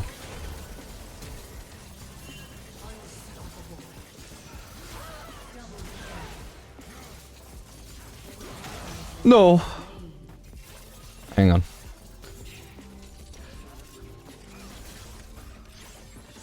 Dude, wait. Whoa! Holy, wait, he made me panic. I forgot that he still had the mark on that. Okay, I can mildly shove this. I probably can't actually fully crash it, but... can at least pick up the cannon. And then I base.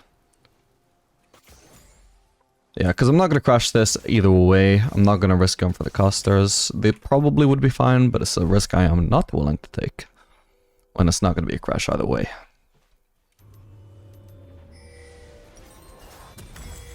Holy crap, it is based on so much gold.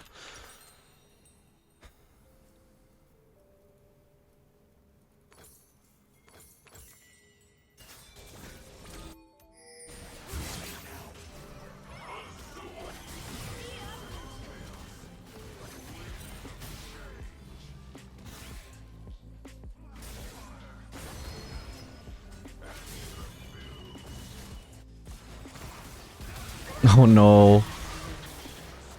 Decent though.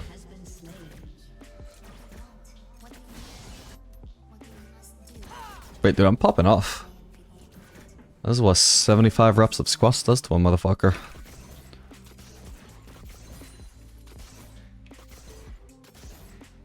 With 30 seconds of 30 seconds of rest. Between each 15 reps. Okay, Kaisa seems to be roaming mid. Victor may TP bot, but hopefully not. So I just get the free league push here. Maybe I should have been spamming Yasuo away. I mean, I could see it. Should have been able to as well. Maybe he made the calculated choice, but Kaisa just got a free shutdown, so overall it was the wrong choice. Even if it was calculated, it was a bad calculation. At least on bot side. Milio should have just in time to attack 63 gold from me. Well, it's more like 62.5, but yeah, let's try and stop this Drake if we can. Oh, he dragged the melee. Doesn't really matter anyway.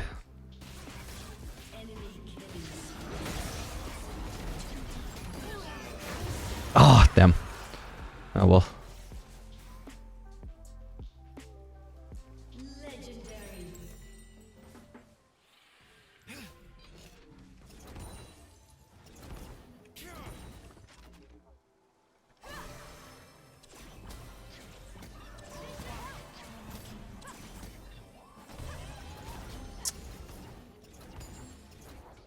Come on. Well, this is boring. We can't really punish Victor at all. Whoops. At least we got the plating though. I can shove out a wave now and just base. I can't dive him. Maybe we can dive. I don't have ult though. Milio tanking this wave does the opposite of what he wants, by the way, which is to shove the wave faster, but he's D-lining it up so I can't AoE the wave.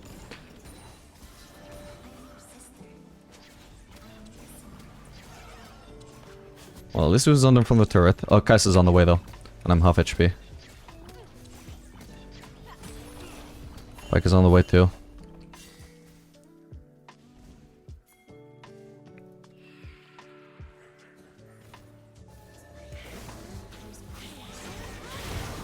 Huge.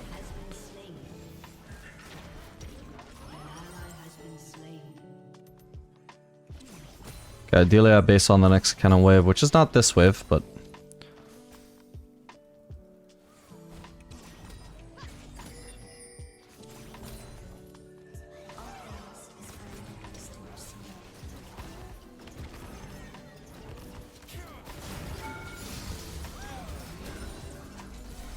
We could even dive him at this point.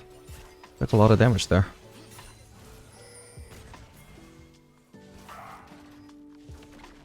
Wait for it to time out. Wait, I cancelled an auto, my bad. I have to bury it to make sure I survive there. I think I would have been fine either way, in hindsight, but... I'm not good enough to know that in the moment. Actually, nah, I might have been a death. I just realized I was looking at the wrong number in terms of how much I blocked. I might have been just about to die now that I think of it. Anyway, we got the kill, we got the first turret. It's looking really good for me.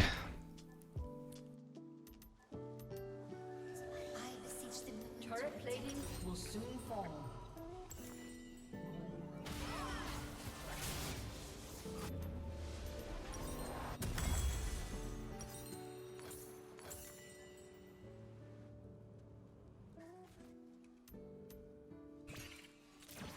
Your turret has been destroyed. I see further through the celestial veil. What we call tree is shadow.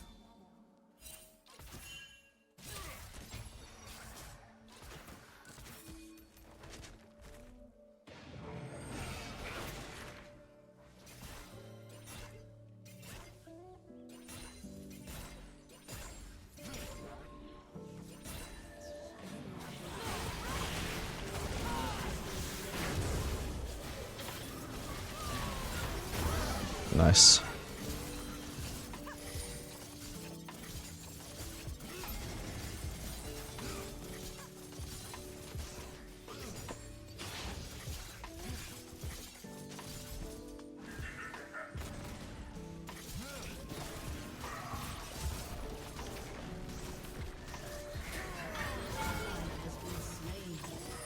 Huge.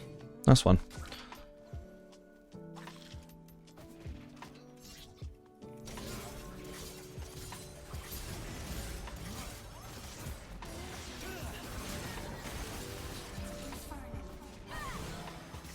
Just a nice zoning sentry. You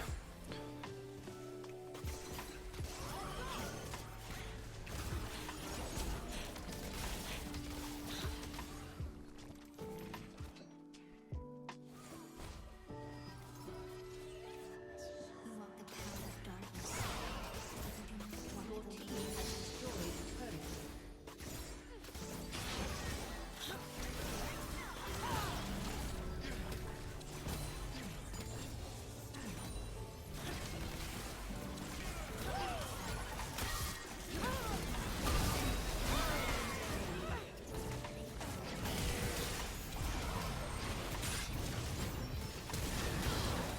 Ooh, I think I almost got Pyke there.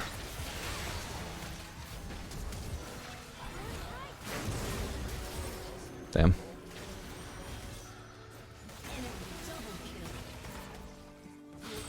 So that was a huge collapse.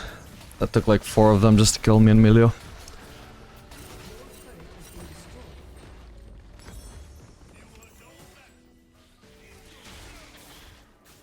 Probably want some anti-heal for the Mundo.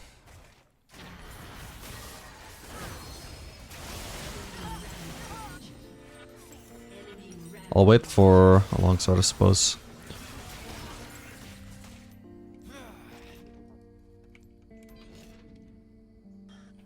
Ended up getting my shutdown. Lee Sin. There's a full damage Lee Sin. A very fed one at that. I was gonna say that's probably one of the best people to hand it to, but in general you don't want to hand it to fed champions because you're just giving them a better chance of carrying the game.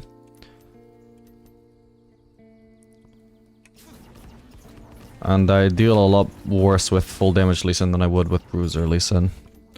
Since, like I basically one-shot either one of them, but in full damage Lee Sin has a better chance of one-shotting me before I get around to one-shotting him.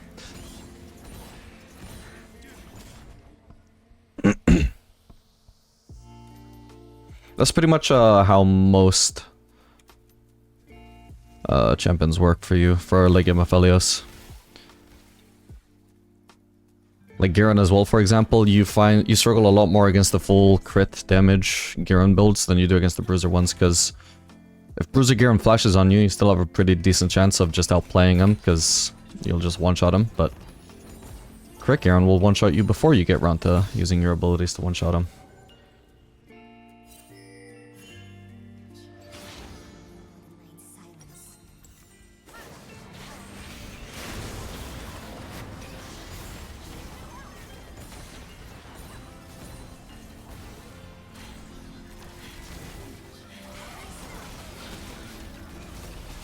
Oh, I just noticed that's not my teammate.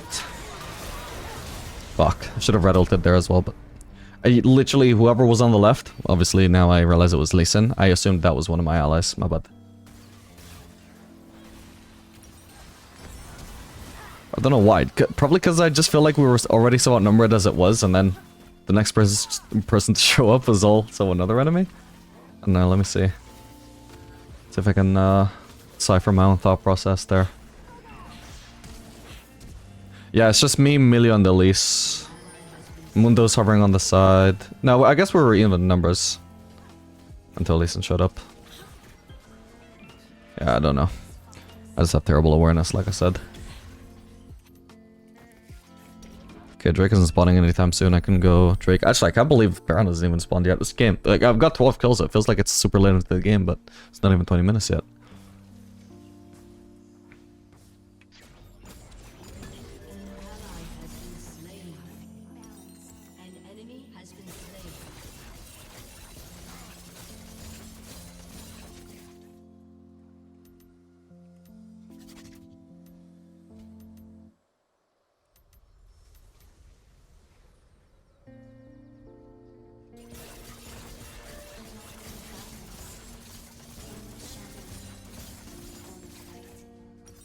That gives me a Mortal Reminder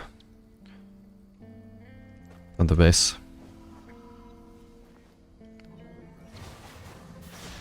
Your team has destroyed a turret.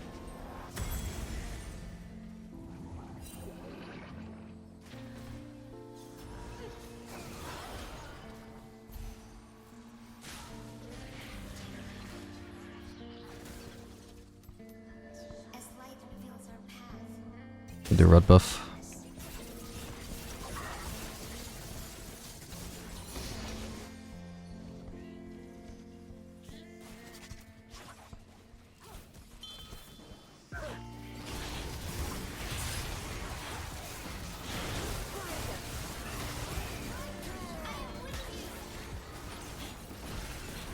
Fuck, I must have just barely not killed him.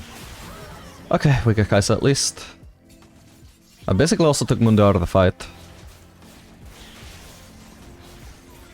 Holy shit, the anti-hold did quite a bit here. Nice. I can melt this, just do Baron.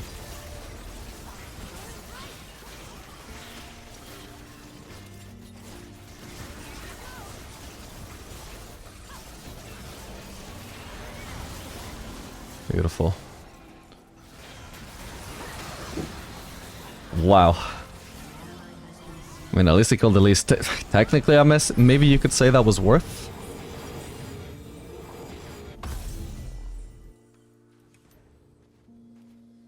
Because he did remove a Baron buff.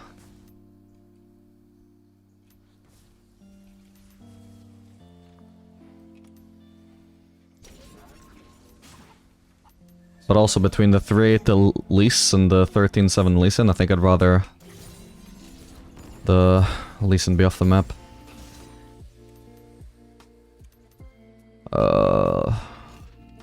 Drake is spawning soon.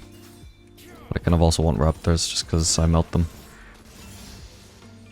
Should I maybe go back into the regular cycle now? The Solari call us heretics, but when darkness comes,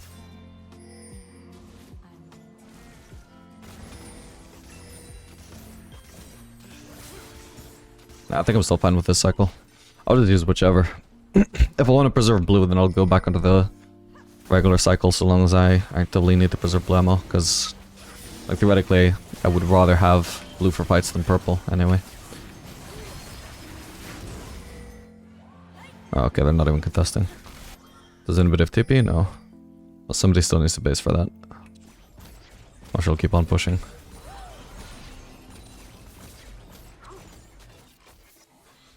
I guess that is one upside of the regular cycle in the mid to late game as well, though. Even aside from the combinations, like the blue-green cycle encourages using blue faster than you need to, just to make sure the cycle stays the same.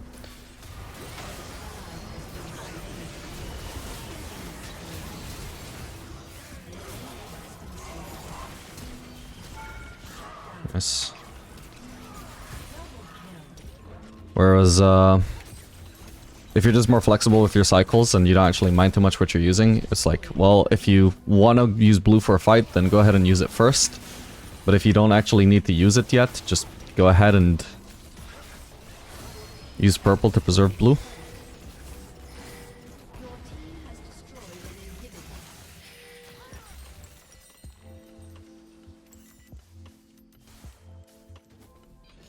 when your steps falter, brother, follow my voice.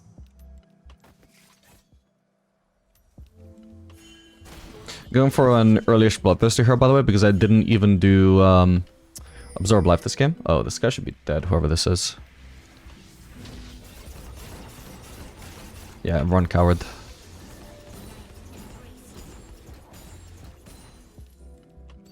I think Lee Sin is on the way. Do I have a fast recall? Nope.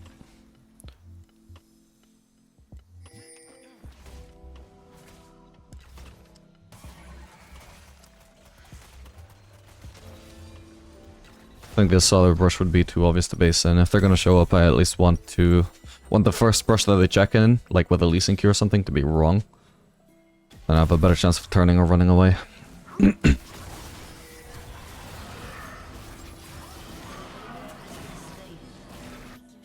a weapon so you do not have to fear. But you are not a weapon. You are my brother.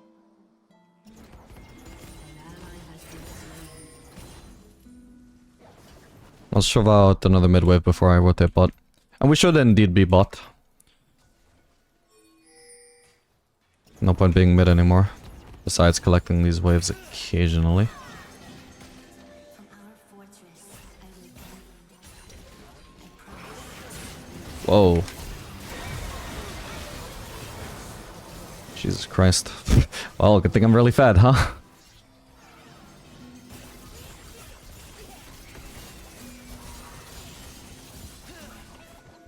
Might as well shove another wave here.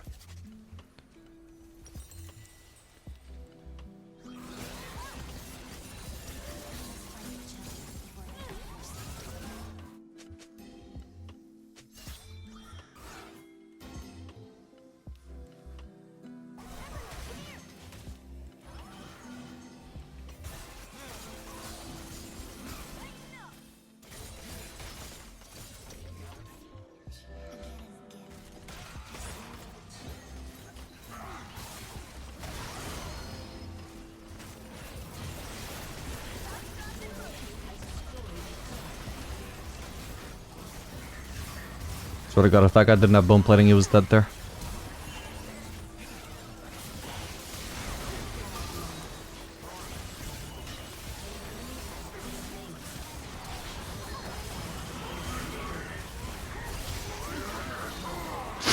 Jesus. My damage is so high, man. Obviously more so about the 21 kills than the build, though.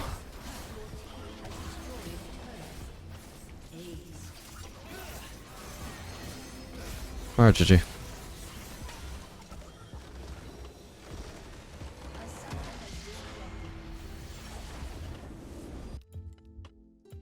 Alright, so this game we're playing with Milio against the Braum.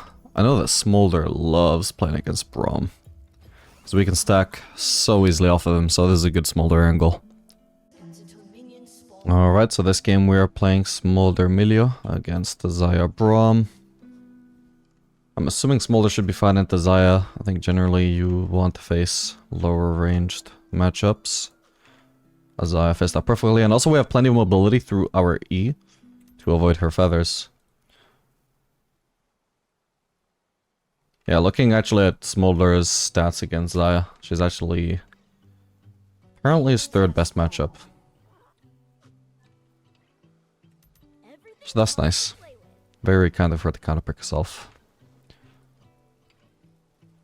And as far as enchanters go, I believe Milio is also supposed to be the best with Smolder. I think generally he would also prefer like tank support, like Alistar, something that promotes actually fighting in lane, which gives Smolder a lot of his early stacks. But generally, if you're gonna have an enchanter, Milio actually enhances the range of your Q, so that's pretty nuts.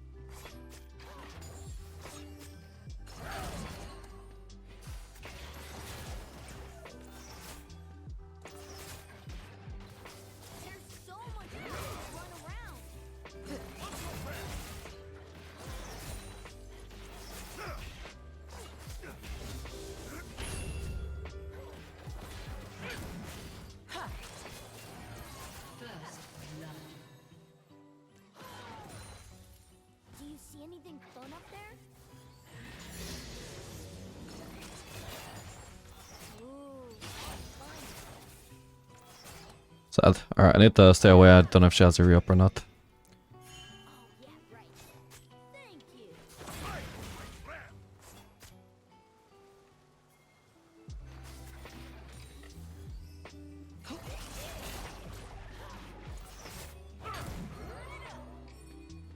Oh yeah, and bear in mind, because the travel time on Smolder's W is obviously like so fast early on, but really slows down after. Holy shit. Wow, that guy just died out of nowhere. What the fuck? Had exhaust up too. Huh. If he put in any effort there, that could have actually been a good fight for us if he just used his exhaust. Yeah, because the W travel time is so fast early on, but like rapidly slows down, it's so much easier to hit melees with it compared to ranged champions.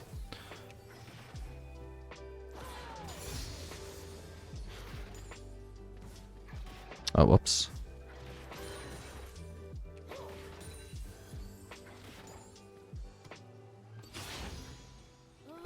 It's gonna be hard to shove this, but I'll try. I actually can't. I realistically can't. But the next wave is a cannon wave. This fucking sucks. I just don't get a good base here, even though I, in theory, can shove in while there are no opponents in lane.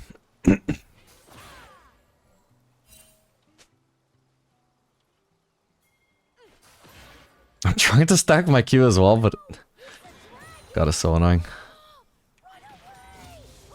If you could at least let me get my Q on cooldown and then just lost it while my Q's on cooldown, that'd be great. But instead, I just never get to get any stacks with it.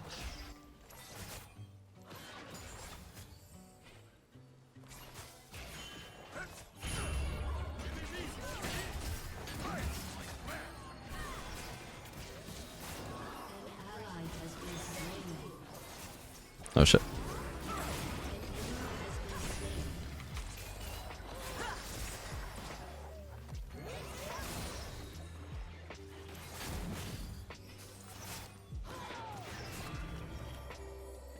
Okay.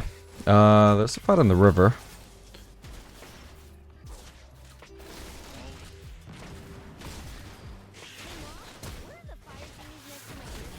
Okay, nice.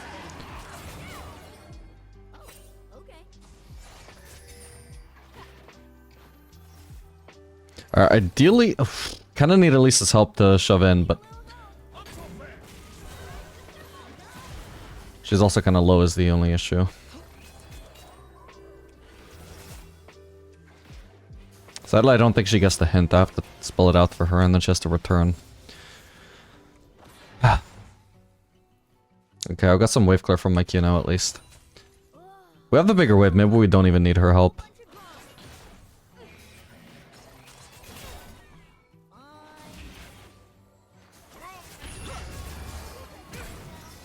Okay, Xayah flashed.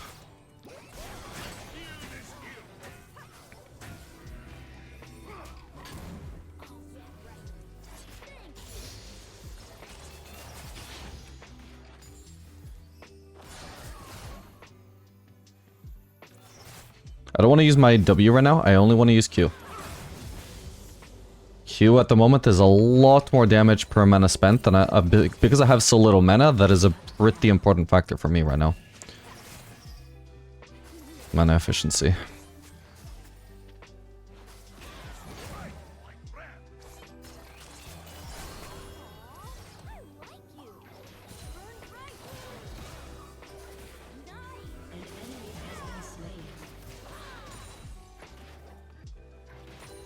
Okay, this wave I should be able to crash. Presumably they're actually basing this time. We're not doing too bad considering we were down a few components over Xayah. No, don't let's hit the casters. Trying to get stacks off of them. Yeah, honestly, not too bad considering the start we had.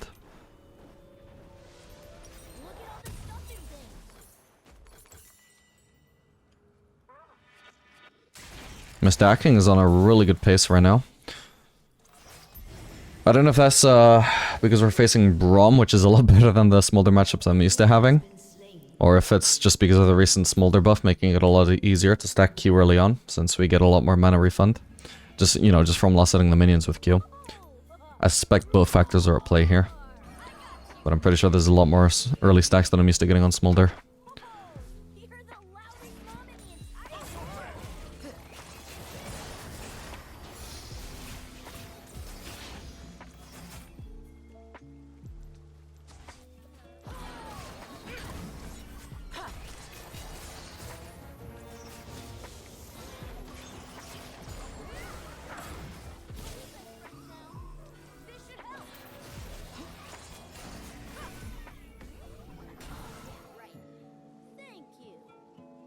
Just like that, I mean, we're winning trades. Easily. And they don't have all in potential either. It helps that Milio versus Braum is a pretty good matchup for us. Whew, just barely don't even have to flash that. Braum still has his shield, so we're not using ult.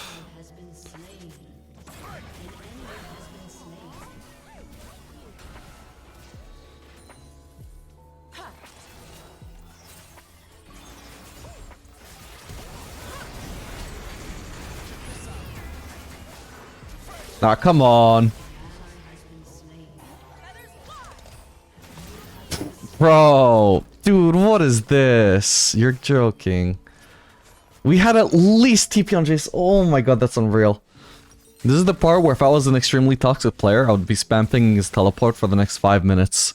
Like, bro, what do you mean there's a free quadruple for you there and you're just not TPing because you want to get a plating?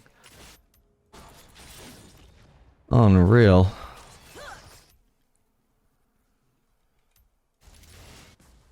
That's sad.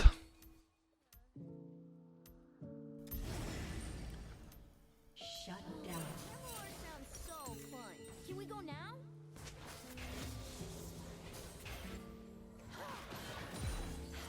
Just barely couldn't get that.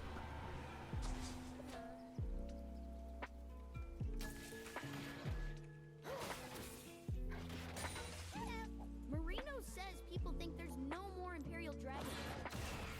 But he never lets me prove them wrong.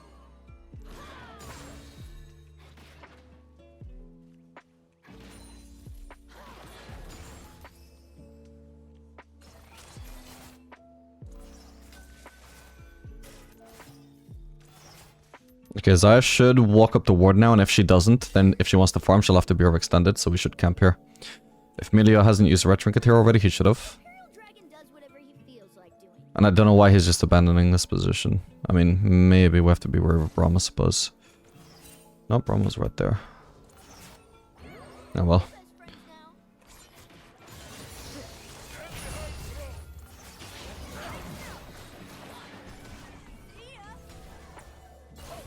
Hello.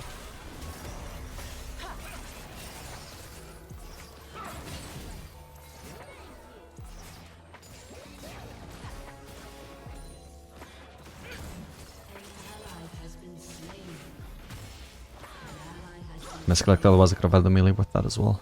No!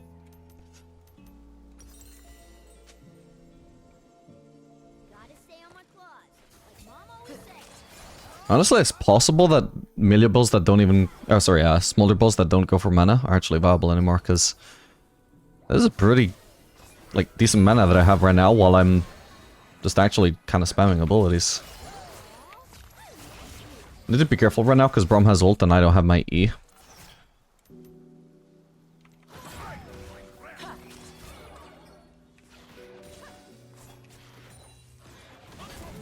Come on.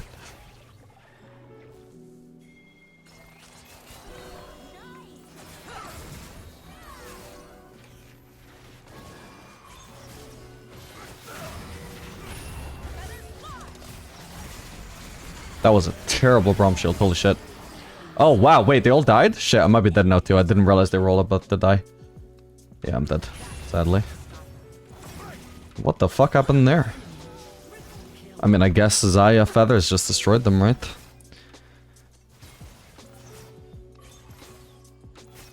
Yeah.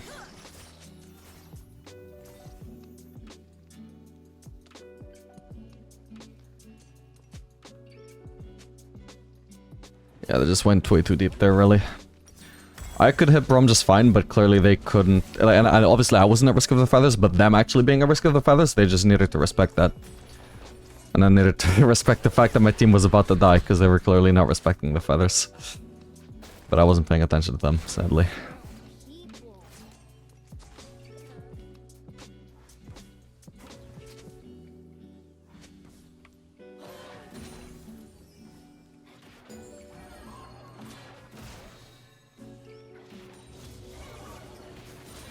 Skies, land, flame.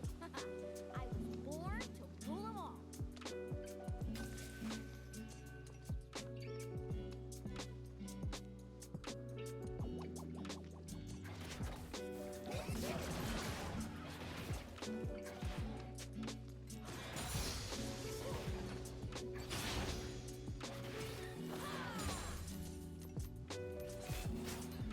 Yeah, my stacking though is pretty much about the same as it was, as I pointed out before, like same rate, when it should have been getting even better. Just because of the struggles we've had since then. Turret plating will soon fall. I'm just walking up against the wall here, because in case Xayah walked up for the mini wave, I could WQ her and get some stacks that way. Down. Mine to play with.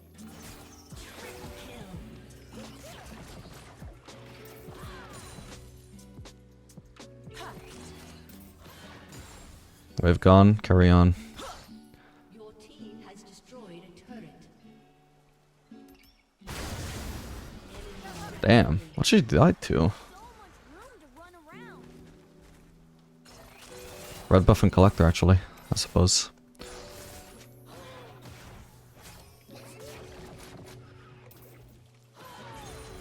Oh, how do the melees not die to that?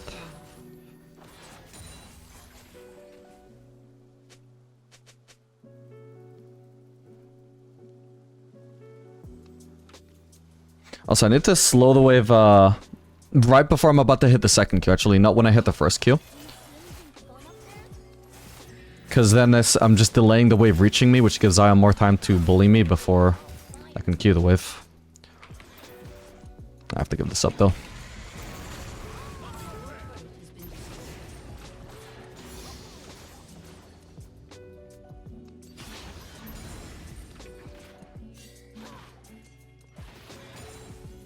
Ultimately, disincentivize the dive, get me healthy.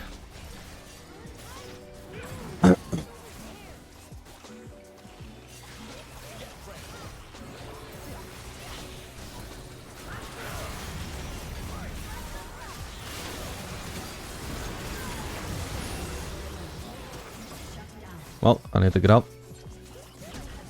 Ah, shit, wait, she got too close to me. I'm dead. Does she also have Ghost? No, Jesus, it really feels like she does. What the fuck? Or maybe my Ghost ran out. No, my Ghost was definitely still going strong there. Yeah, fucking hell. Alright, could I have done anything better by this point then? Besides, I should have realized slightly sooner my entire team was dead already, again. Yeah, so by this point, there's no point hitting Xayah anymore.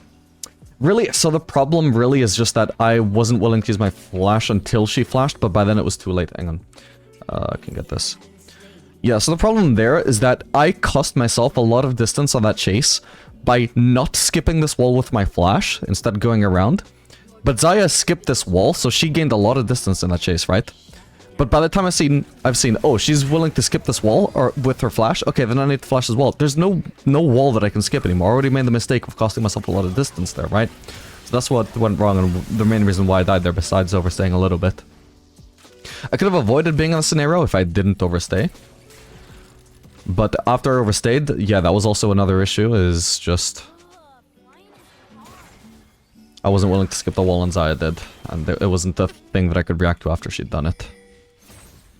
Well, sad that I just missed out on that entire wave. Somebody got a huge shutdown from Xayah though, Kled. And he's really fed as well. So, hopefully he carries. An enemy has been slain.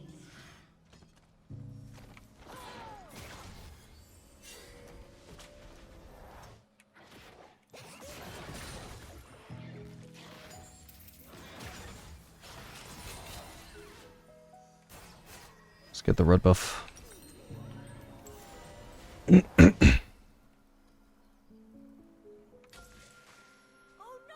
It's a dragon! Run away!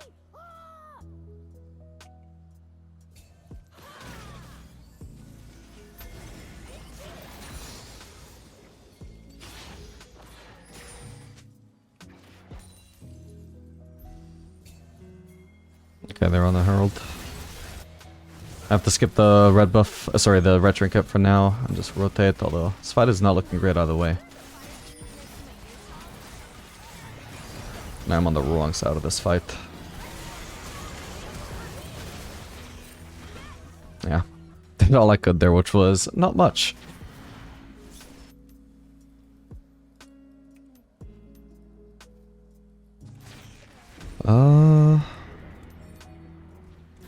Okay, at least it's defending mid, I can go top. The whole time you were looking for me on those pretty islands, I was on another pretty island?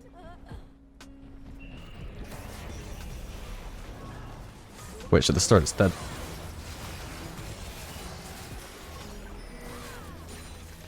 Nice.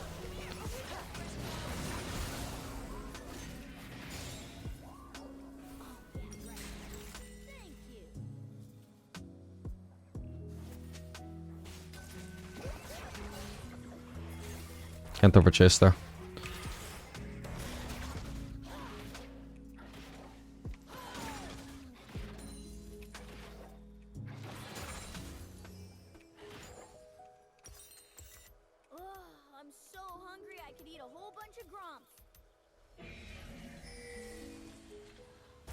Whoa, hello. I'm dead. I'm actually just so slowed. Jesus. An enemy has been slain. Can't reach him.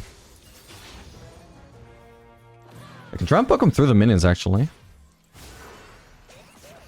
Huh. Wait, I'm actually gonna live? Yeah, his E is out now. Okay. If he doesn't reach me... Ah, he had flash the whole time. That sucks. Fuck. I just lost forever. I mean, I suppose I could have just disengaged, but... It's a shame none of my teammates were around. Well, chose not to be around. I weren't distracted on mid, I suppose. That sucks. He seemed quite a bit lower. I suppose he must have had a honey fruit. Like, last time I saw him, I didn't even consider that he might stick around, but... I think he got a honey fruit, so he had a lot more HP after that.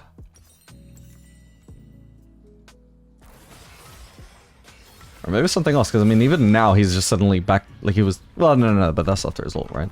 Killing spree. Your turret has been destroyed. Compared to just me and my Yeah, some HP. I know mom's mentioned some grandmother viper lady, but I've never met her.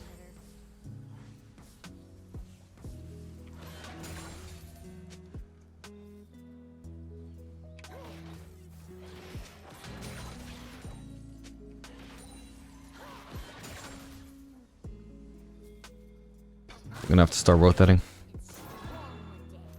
Then there'll be There's not a chance that I can just split push top lane.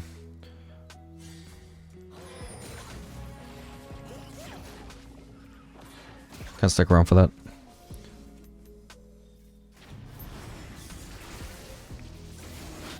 Where the hell are the enemy team? Are they just doing Baron or what? I'd have blue trinket to check, but... Oh, they aren't. Doesn't make sense. Why would they not be on that already?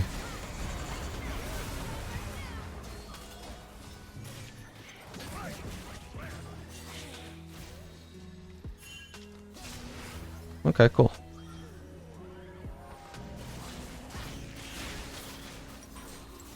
I want one of those. Hello. This is literally me getting ready to put down some vision so I can't be cheesed by Echo again, and he's cheesing the brush that I need to go into to place vision. It's so unreal.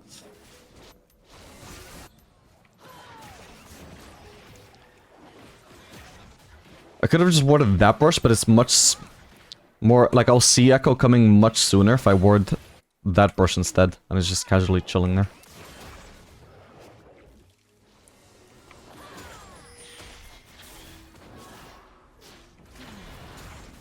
Nice, at least to get these. He's going for it. This guy's a fucking psycho. Like, he knows he can be ganked. Yeah, fucking stupid. Huh. So yeah, that one kill that he got on me was actually the only kill he had. That's crazy, I struggled with him so much when he was apparently like 0 and 4. 0 and 5, actually. No, 0 and 4.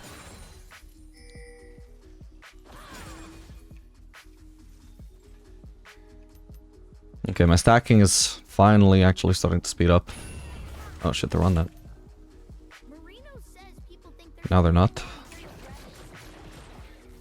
never lets me move them off.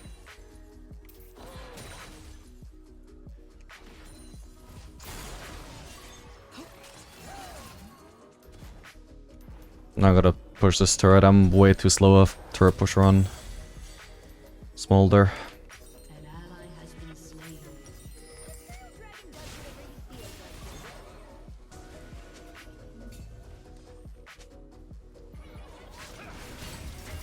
Could be a free Baron for them with my jungler dead.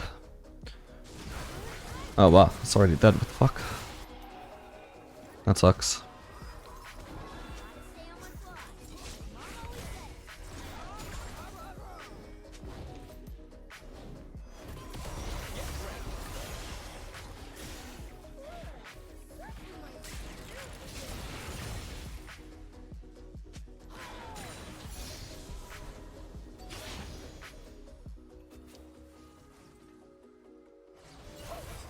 Jesus Christ. Wait.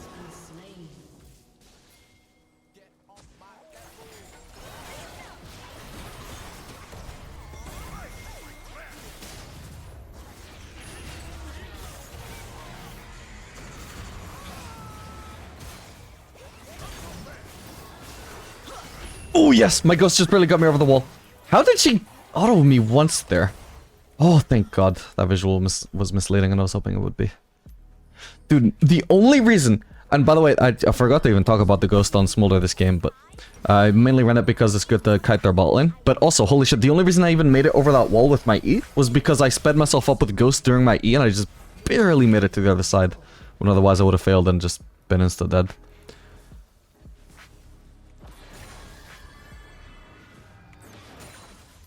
Okay, I finally hit the 225. Jace is mid. I'll farm bot. I don't think he needs help there.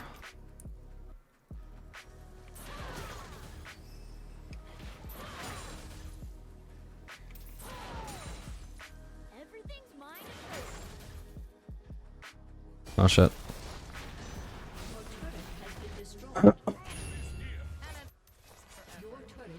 Didn't think it mattered whether I went bot or top, but apparently should have gone top.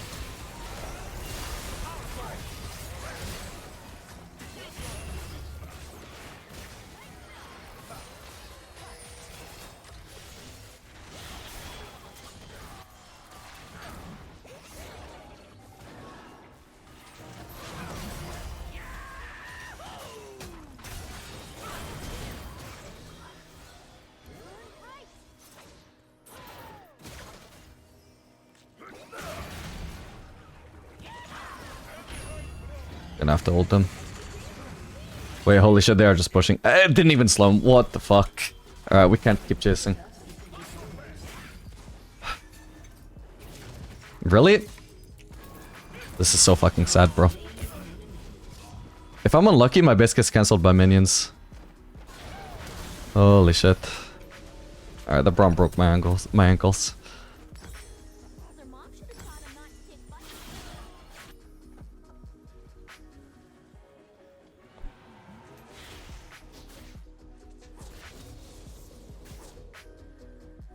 Can I get something?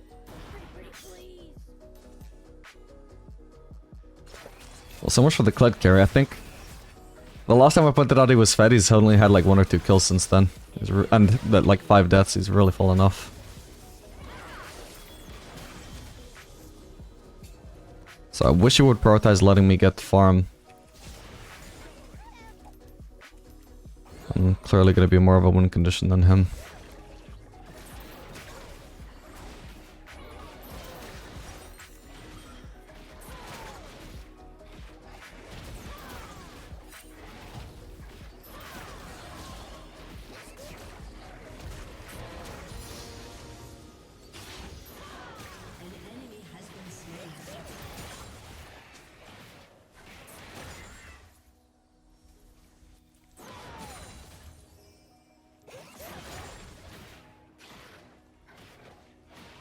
Round is enough for another 2 minutes.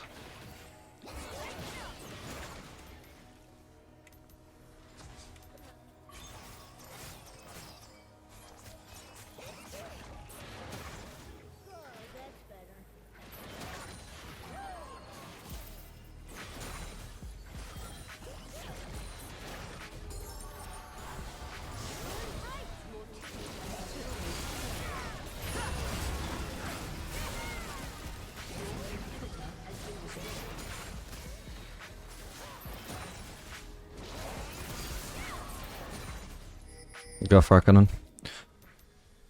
I was just looking.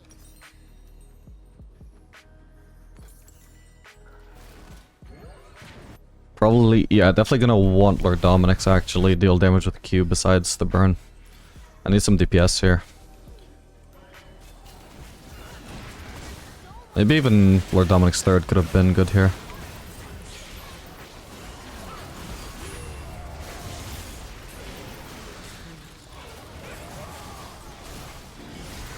Wait, oh fuck's sake, that must have been Braum stun. I just tried to flash away. Why does it go stunned? Alright, that's GG sadly.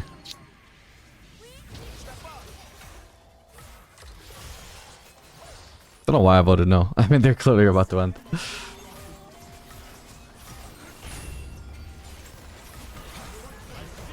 Oh well, was a tough one.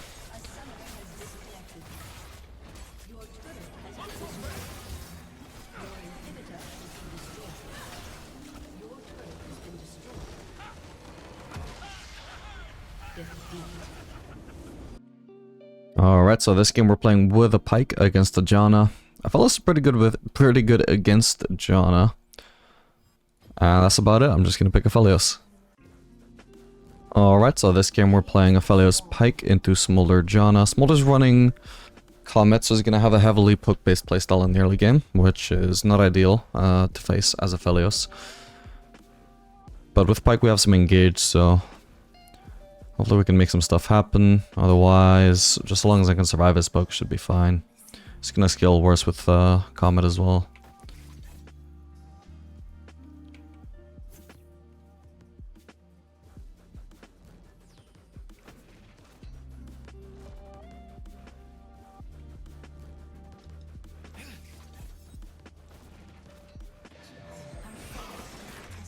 That was really off.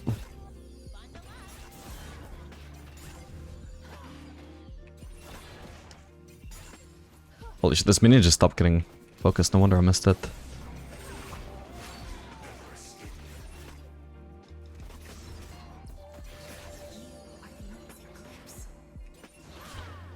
And again, I wanted to tell us at this one, but I can tell I'm not gonna get it, and it's just stopped being focused. I hate minion randomness, man. Huge. Damn. I almost had him without him needing to flash. I probably should have been ghosting, actually, my bad. I would have been able to catch up to him for one more auto without needing to flash.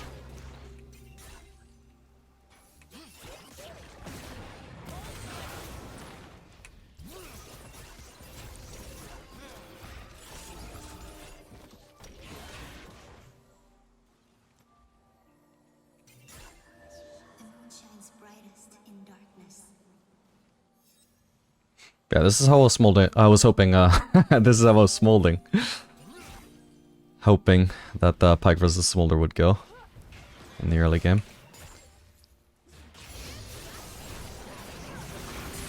Yeah, he's dead.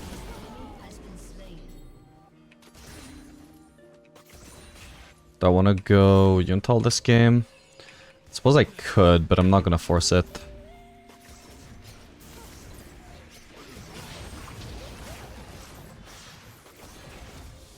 Okay, we got the plating. Were you getting ganked, or?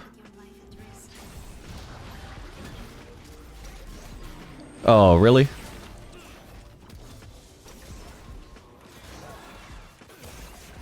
Oh shit, is he gonna kill Pyke? Nah. Pyke's fine. Alright, if we base here, they're not actually gonna have the wave clear to... Ooh. Wow. Wow. Okay, perfect. Well played, Pyke.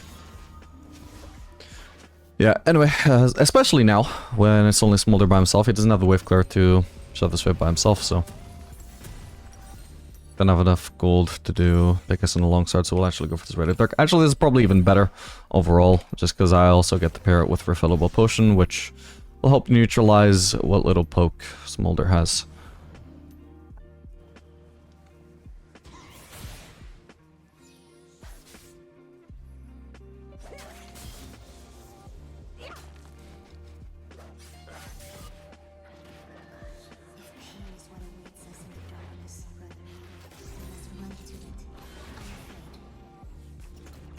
I think Pyke should have been trying to engage there. That was pretty lazy of him.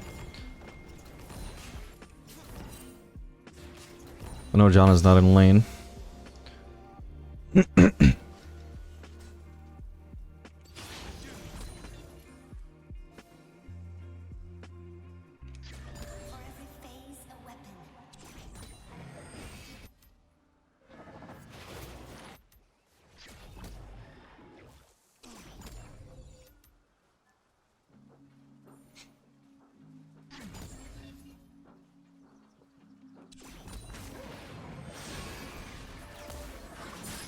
Huge, she's dead.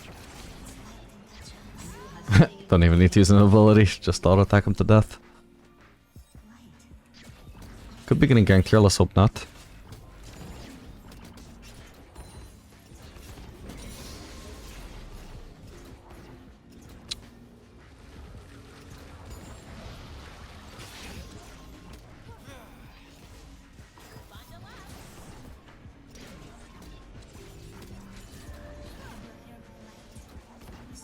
Got it.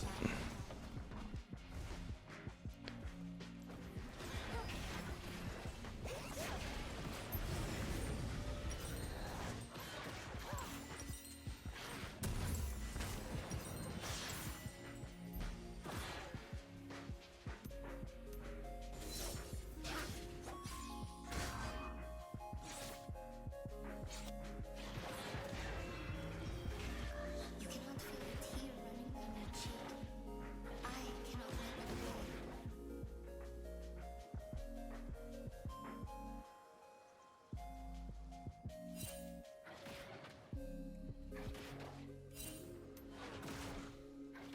let it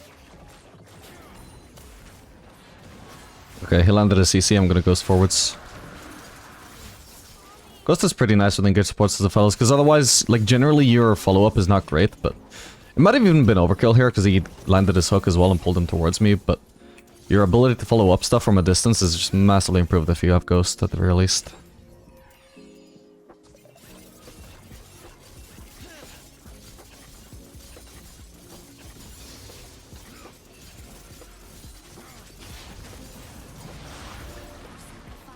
All things.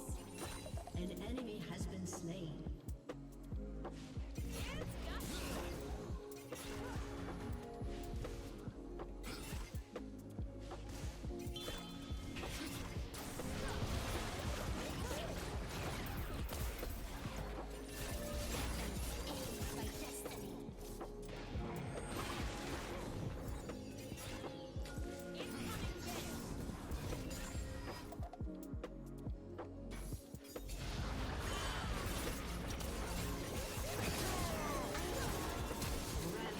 Huge. She did not expect that burst.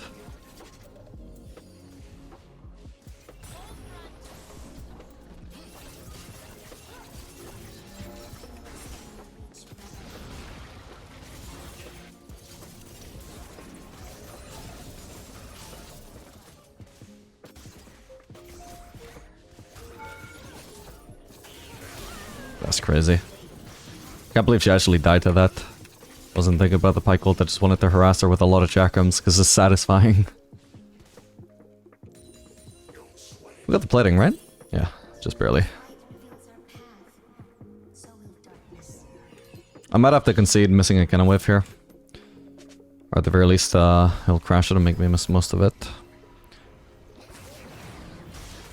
Ooh, I don't know about this one, but you know what? Pyke can't do any wrong. It's fine. Definitely can't stick around for this. Too risky. We'd die to a Katarina or Camille or something. Speaking of which, I haven't seen Camille once. She hasn't been very active on that. No, that was our jungler actually. Look at that. Both junglers 0-0-0 at 9 minutes in. That's very unusual.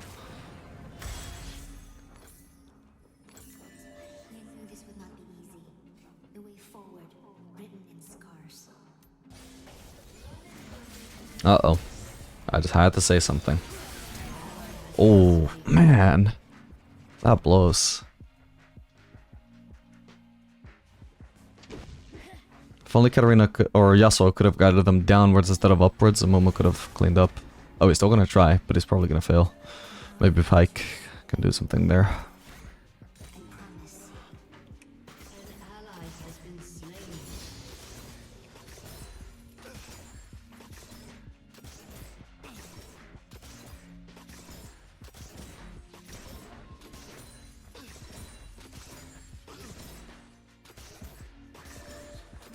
moves you in.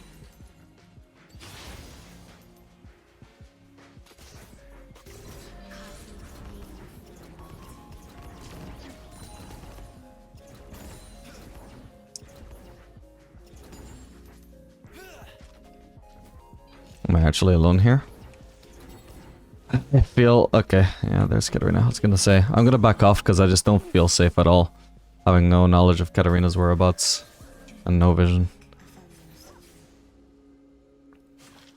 Fuck it, I'm actually rotating mid. I can't be laning against Katarina. That's one way. One very easy way to throw my lead. She can easily 1v2, not even just 1v1.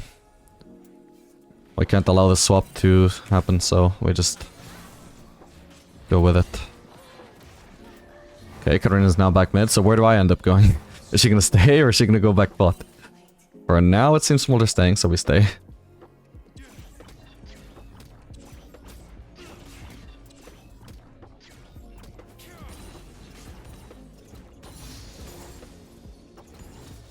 If I had something like Lulu, I'd be much less afraid of her, but support like Pyke is much more adept at killing than he is at healing.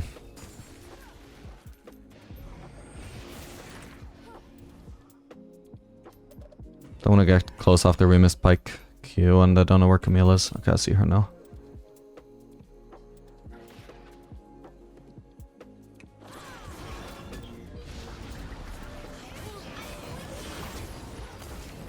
Okay, nice.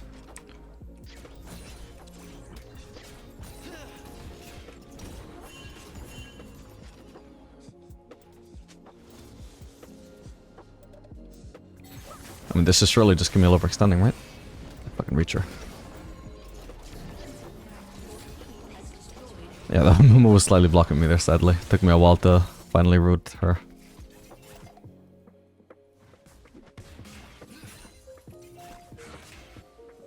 I just want to point out that one auto from Amumu, it wasn't going to get him a last hit, but it almost messed it up for me.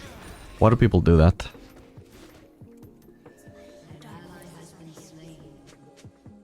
lies within us all.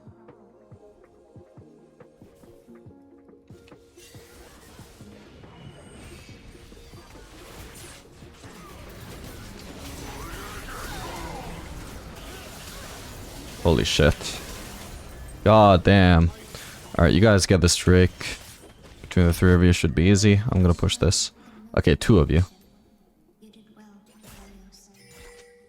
Huh, maybe it's not that easy. I mean, Amumu does Drake pretty fast, right? I mean, I've recently got flamed for not helping Amumu do Baron. And I was like, no way we can do Baron. But he was like, I'm Amumu, I one-shot the Baron. Okay, well, I guess this Amumu should be able to one-shot Drake then, right?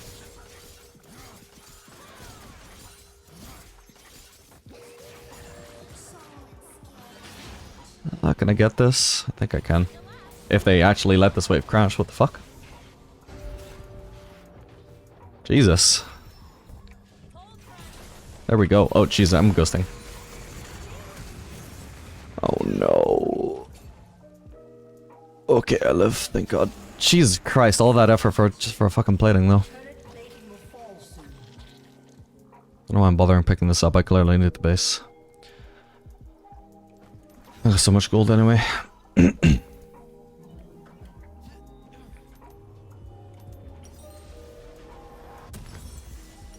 Still. You can maybe deny it was worth it, but what you can't deny is that I have 120 gold. More than I had 30 seconds ago.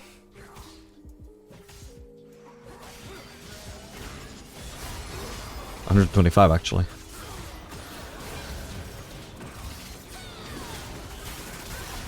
Jesus Christ. Dominating. An ally has been slain. An enemy has been slain. Bloodthirsty Russian Smolder, interesting.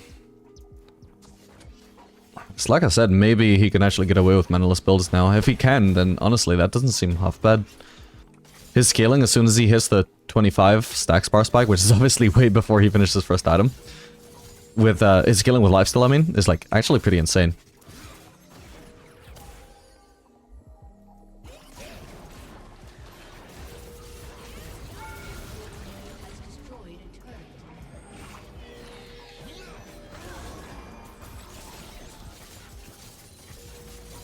That would have massively chunked her, I hope.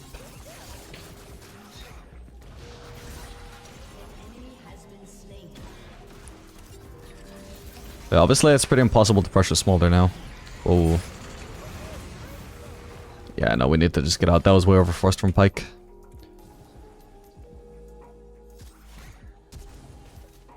Oh, shit. And of course I'm the one that gets punished. Okay, at least he lives.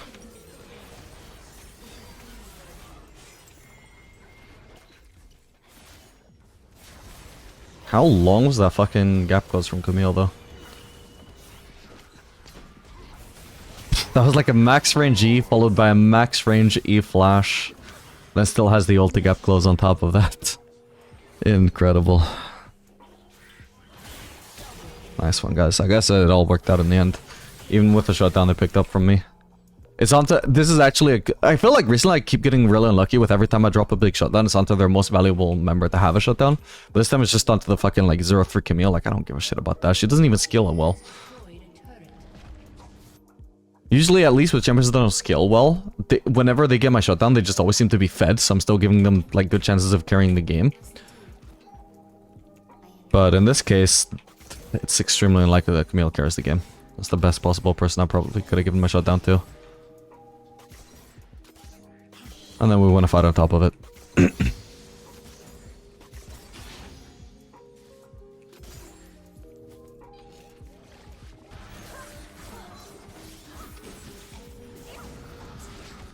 Holy shit. Oh my god, he got her. Momo, no, run to me.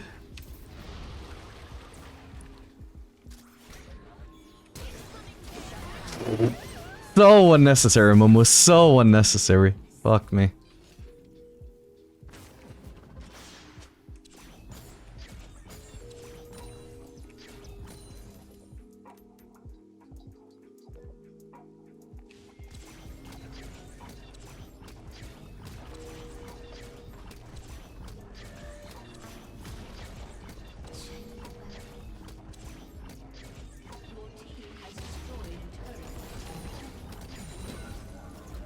I should have been more careful there, my bad. If I got a crit, it was fine, but I mean, I don't even have 50% crit.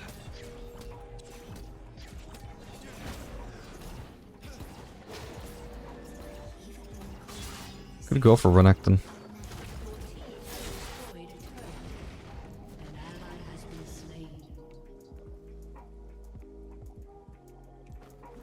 Alright, base.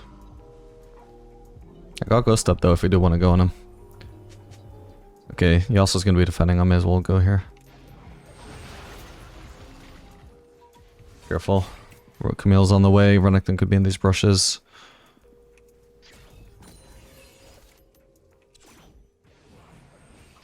Wait, shit, I'm way overextended actually. And I need to be helping, I'm gonna pop Ghost. Fuck, that just barely didn't hit both. Okay, she's dead.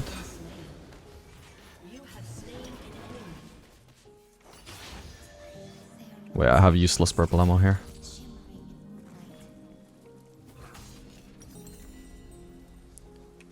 I'm based for Infinity Edge, so I don't want to stick around long here.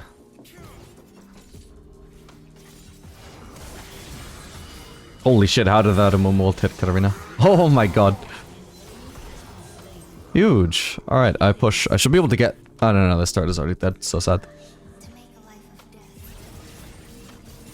Minus 700 gold for me then. Okay, another pretty clean Aphelios game though. All in all.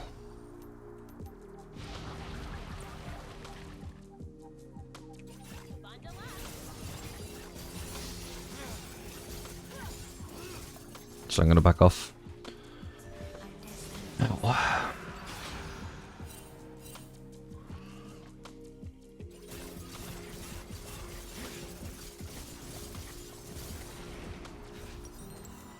Alright, time to get Infinity Edge.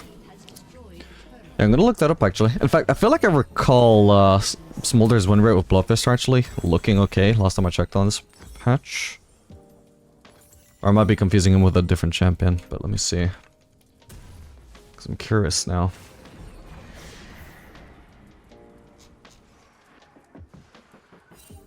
He's got an okay win rate with it. Definitely not enough sample size though to like judge different build paths and say whether like a certain optimal build path could be better than current popular Smolder builds. But I'll say Bloodthirster maybe has potential, maybe.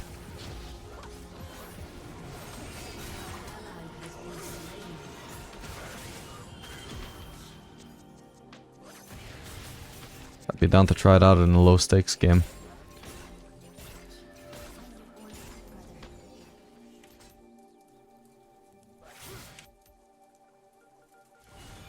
Maybe gank her. Honestly, with these weapons, I could even probably just cheese Baron with my teammates, but that takes some communication. Fast enough communication and also, like, It's enough vision to know that we can actually melt it before the enemies can test. Cool.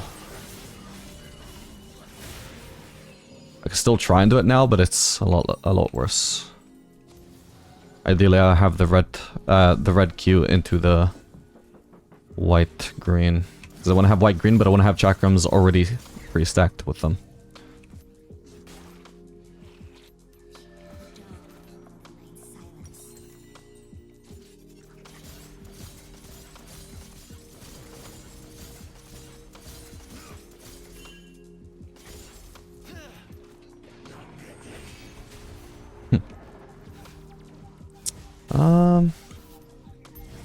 I'm down to keep pushing for now.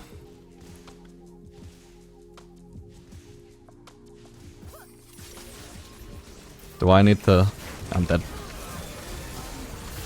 Fuck, I actually almost had Katarina. How did I almost have Katarina though? Because I was focusing Camille, or at least I was trying to. The fuck? Maybe just my I must have marked her with Sentry, obviously, and I guess it just made me prioritize me targeting her for that reason, even though I was clicking on Camille or trying to. Okay, my bad. I could have actually had Katarina if I didn't flash away. Fuck's sake, man. I just wanted to drop my Sentry here, then back off, and that was already too late. I'd already overextended. Fucking Camille. Problem is, if I'm here, and she's all the way over here, this is already too overextended for me because of her E. Like, I just get zero warning about the fact that I'm in danger.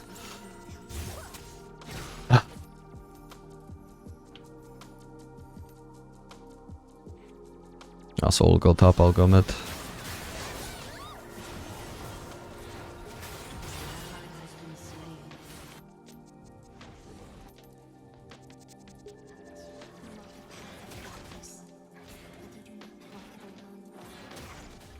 I don't think I want to have green purple here. Not in the sense that I don't want that cycle, but I feel like those, like in general, green is quite weak for me right now against this comp. So I'm just gonna spam green. Oh, wow, okay. For some reason I thought I had purple green already there, so I used the sentry trying to hit purple Q on her, but whatever.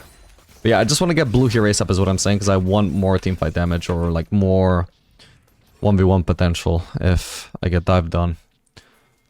I don't want long range burst against fucking Katarina and Camille, you know?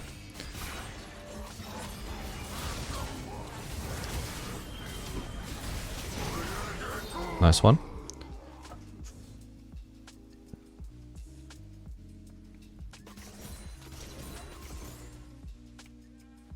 Oops, fuck. I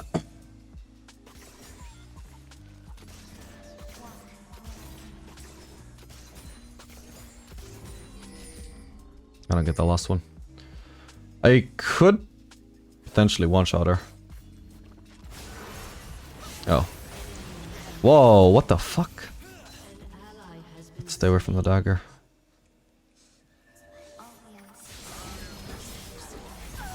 Okay. Jeez, that's half my HP gone, bro. What the fuck?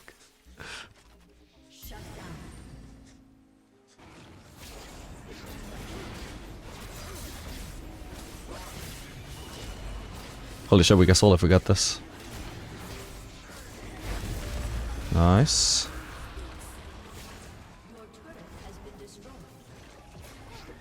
Careful. Ooh. If they were actually grouped up, I would have purple ulted there. Hang on.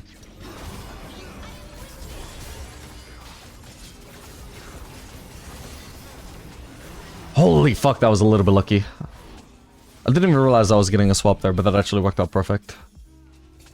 Having red ult over blue ult. Dude, I've regen so much, what the fuck? My damage.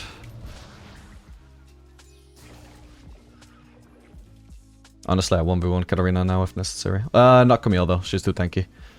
When I say 1v1 Katarina, I mean I auto Q with red and she will just die to that.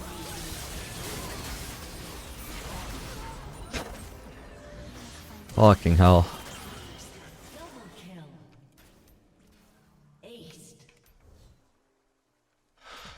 I think I made a correct calculation in that Generally, if you are facing Janna, and you are thinking like, is this good enough to pick Aphelios? Generally, I think the answer is yes. Because Janna is such a low-pressure champion, like, right, like, she's mostly focused on peel. They nerfed the shit out of her Q, so generally, like, they could pick, like, Draven, and that could make the matchup complicated, because Draven is actually really good with Janna. But aside from Draven, there's not much they can pick that's gonna make the lane really bad for Aphelios, especially if, I mean, Pyke in this instance, he's usually not an amazing support for Aphelios, but it's actually just so good into Janna. And the moment they pick Janna, I know their lane is the sort of like low pressure lane. Almost certainly is at least going to be a low pressure lane that Aphelios lane's fine into. Holy shit, you know what's funny is I can actually just do this. This is it's probably really troll, but guys, I'm ahead enough to BM, okay? And I can just stack it up as fast as I can. Let's see, so I bought this at basically 27 minutes. Let's see how long it takes me to get 100% crit from this. Careful, guys. Oh, that's not good. I can't show bot side, basically. I'll take the red and go top, because they could try Baron.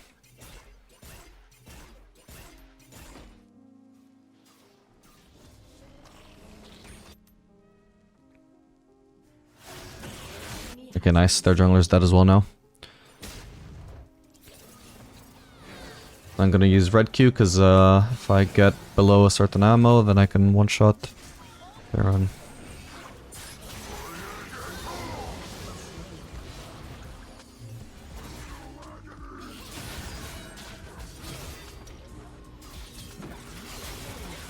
Nice. Okay, we could do Baron now. Maybe I can even solo it with these weapons, honestly. Let's see.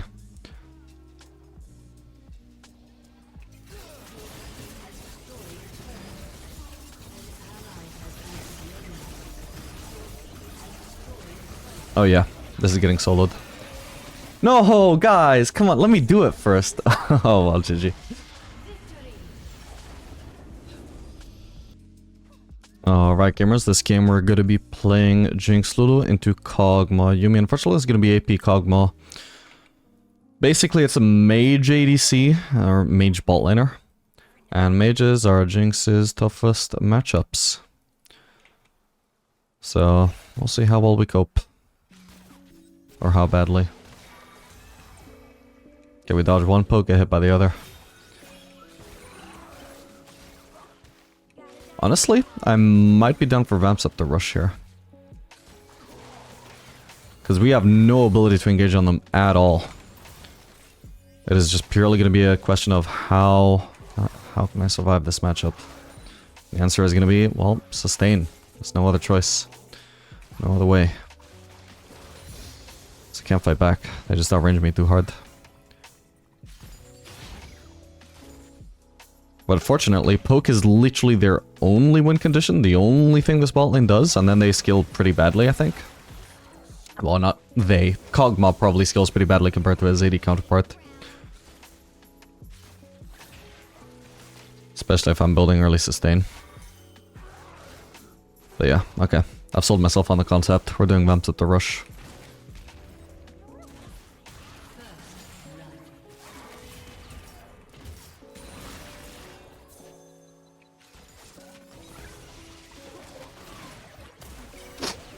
Jesus Christ.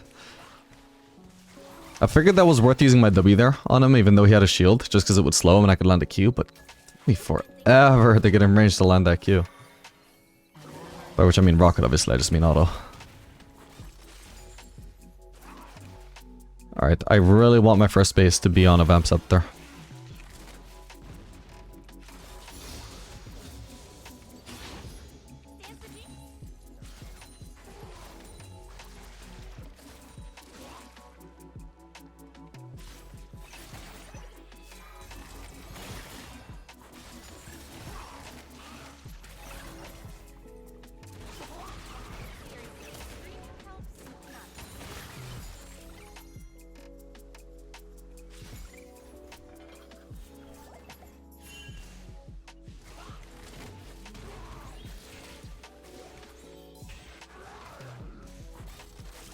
Am I getting ganked here?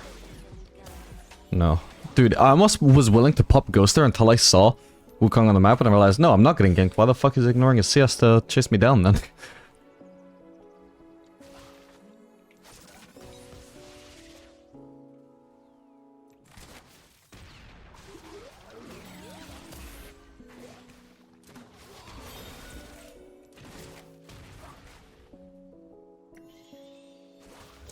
Man, if only I had Vamps up there one wave sooner, that would have been the perfect base instead of getting zoned here. Oh. Didn't think she could curve it that much.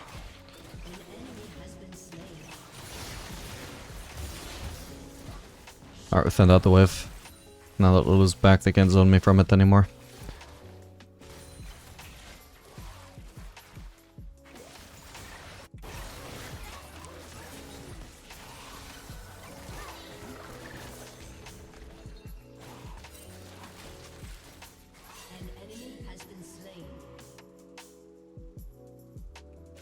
Okay, no sign of anybody right now.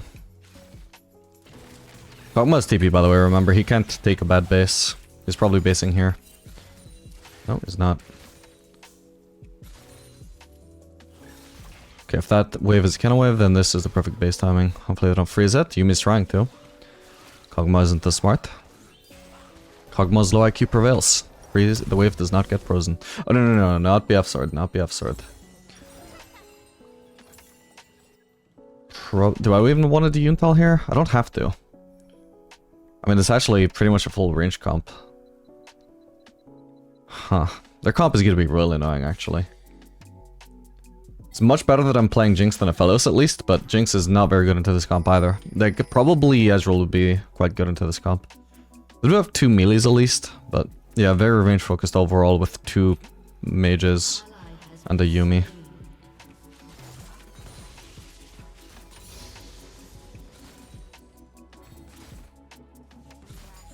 I'll probably still do Yuntal if I base on BF sword, otherwise I'll just settle for a Collector.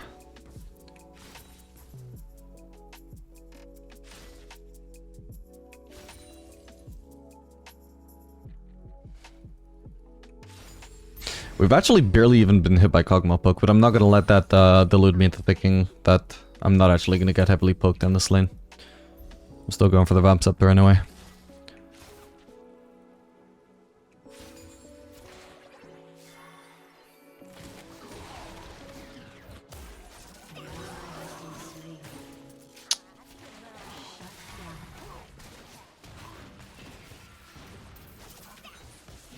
Okay, we pop Ghost.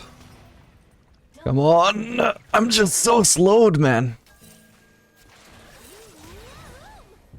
My god, I couldn't follow it up for shit! Yeah. Thank god we got Vamps up there. No, I missed. So did he. And I have Barrier though, so I gotta be careful. I'm pretty sure I just missed a cannon during that trade. I guess that's Fizz coming.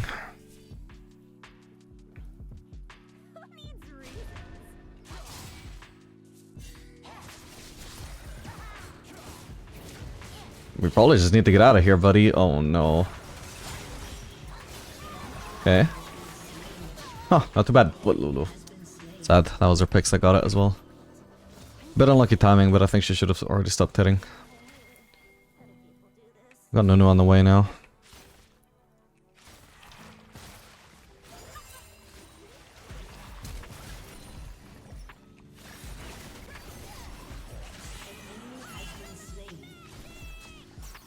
Is Kog'Maw dead?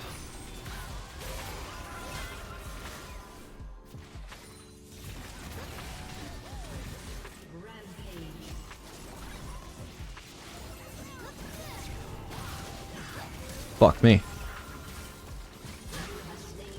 Alright, get away from the Kog'Maw now. Okay, I ended up basing on a BF sword, so I suppose I can do Yuntal. All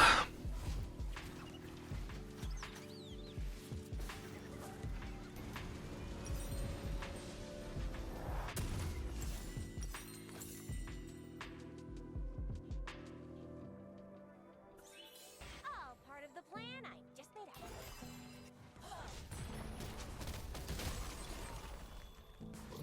One nice thing is that at least Yuumi doesn't really seem to actually be doing much in this lane. She doesn't really offer that much. I should actually ult the wave here.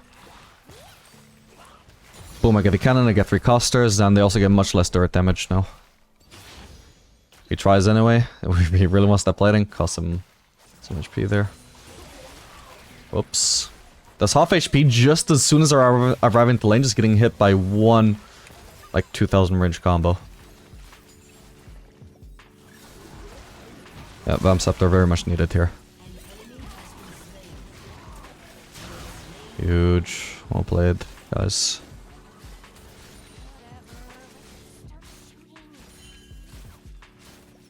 And look at my sustain. Like, you wouldn't even know that I was just 50% HP just 30 seconds ago. I think this is very niche. But this actually makes a lot of sense in some matchups. It's just so rare. Usually you're shooting yourself in the foot building this early. While not actually intending to rush Bloodthirster, which obviously you just wouldn't do on Jinx. Even though you're rushing Vamp Scepter, you still don't want to rush it anyway. It is just such a handicap to your damage. So I was doing Vamp Scepter in general without the... Hang on. I might be in trouble here. Okay. No, I'm good. Should be good. I hope. He has a lot of move speed compared to me. But we're fine. Jesus. Alright, J4 is on the way. He doesn't have ult, but...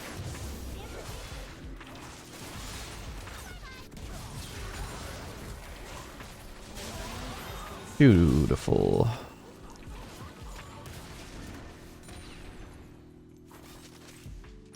I can base for Yuntal. No, I need to help with the Drake.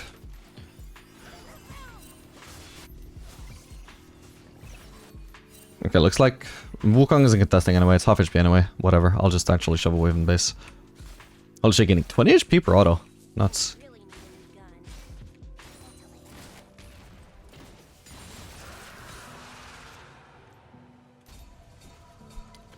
The important thing here, though, is that I had to stick around and be sure that if there was a contest on the Drake, I was there and I hadn't just already based. Delaying my base there by one wave, it's absolutely nothing. No inconvenience at all.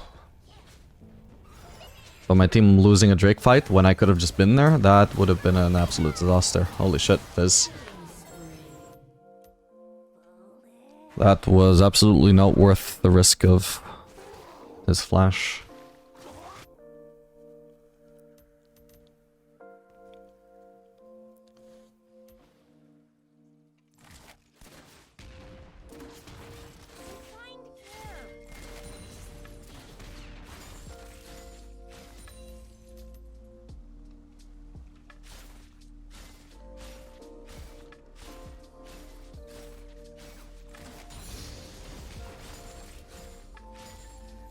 Is he recalling? If he is, he might just have TP anyway. Oh shit. Why did I even bother auto-attacking? Dude, he's still full HP. Okay, nice. Now I'll sustain back up. That was a risk of me to continue the dragging out the trade out there, but now it's good for me because we basically ended up at the same HP, but I actually recover my HP and he mostly doesn't. We need to back off for now, though. An enemy has been slain.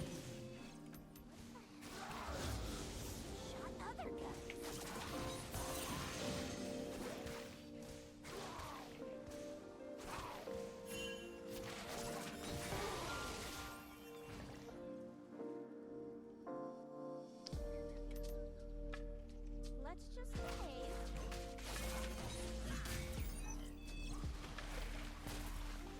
Okay, we see Fizz again.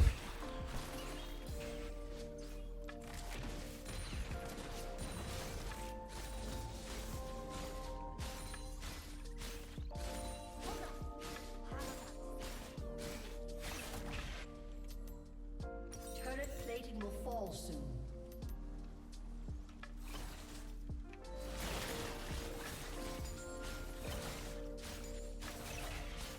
Killing spree. You think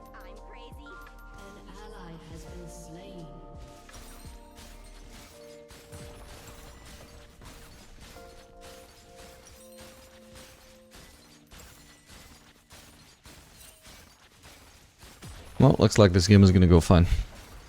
Oh, I even get a turret here.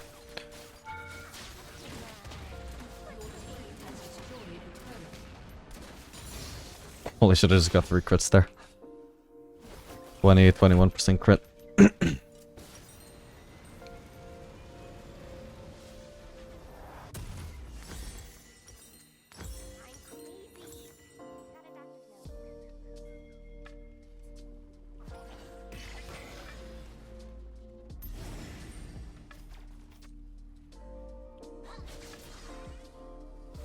And if you're gonna play Jinx mid, there's actually... Not that I recommend it, but I used to play it a little bit. And man, Vamp Scepter Rush on Jinx mid went so hard against like any kind of mage, because 1v1 they generally just didn't have the kind of damage to deal with all that fucking sustain you get.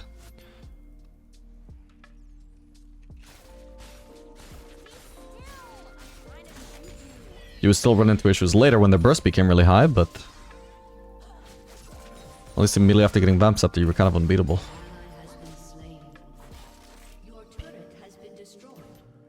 I think I'm gonna have to go bot. I'm thinking. This is good.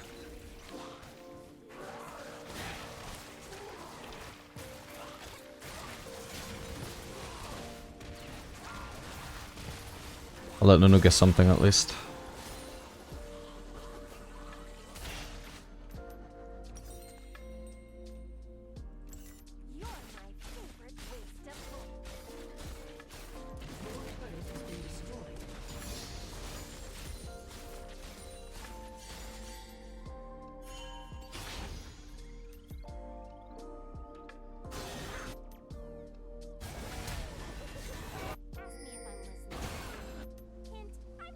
We'll just keep on pushing for now. Kog'Maw's probably gonna come back bot as well.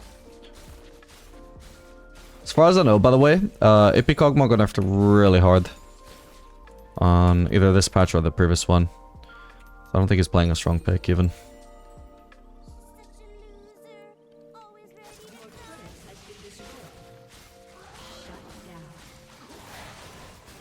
Might be able to all on him here. He's 2 levels down. Ooh.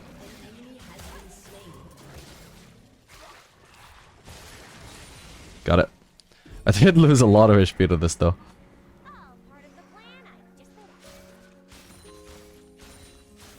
All good. We are lifestealing really hard. Like imagine laning against the poke mage on mid lane, and they land their combo on you, and you're or you know at least one ability, and now their main ability is on cooldown, and you just lifesteal off the minions and immediately get it all back. It was kind of disgusting. You could basically permanently be full HP against a mage. Because they don't have... 1v1, they just don't have enough all-in potential to threaten you off the wave. Like you can on bot lane where it's a 2v2 lane. So no matter how much damage they did, you would just always lifesteal it back up.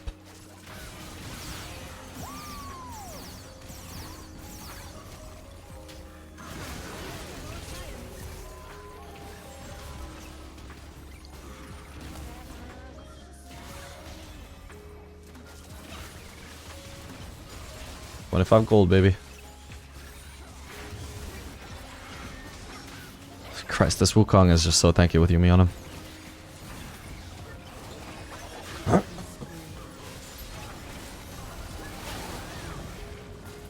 Nice.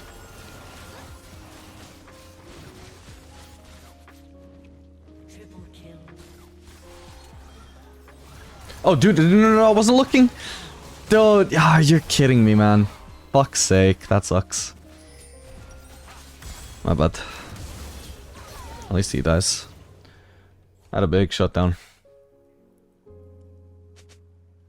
I mean, it's about the worst person I could have given it to, but at the same time, the way the game is going, it doesn't feel like I have to be worried about it.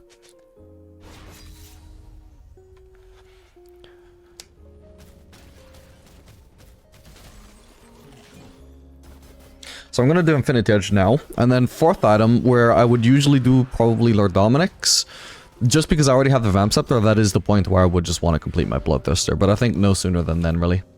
Maybe now, maybe right now I could consider it. But I feel like the Infinity Edge power spike at this point, when I'm sitting on 50% crit, is just too invaluable, so it has to be after.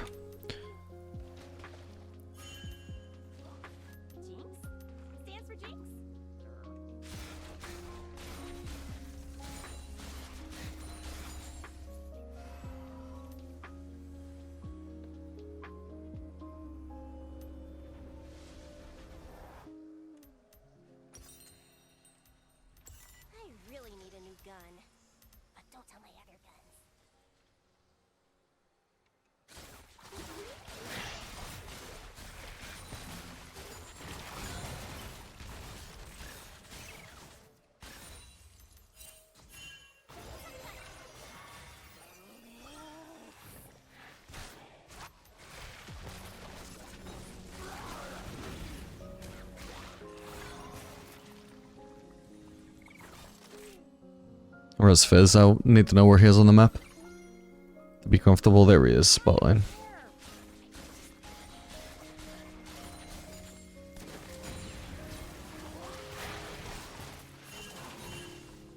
He ups out the wave too fast. And we're getting collapsed on, I need to try and get out now.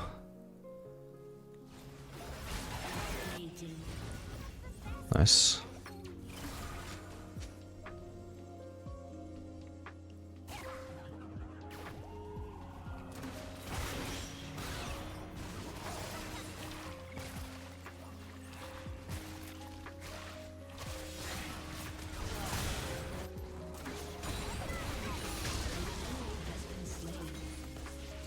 Hello? What the fuck? Where did he come from?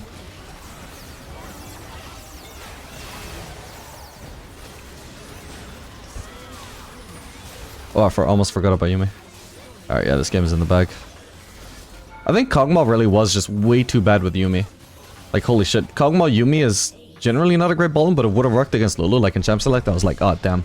This lane kind of sucks, but it's just AP and wow. I don't know if it's just because of the nerf, but holy shit, that was useless. Okay, so this game we are blind picking mostly, except for the fact that we see Jinx. No other information really, so we're just gonna go with the second best blind pick at the moment, Ashe.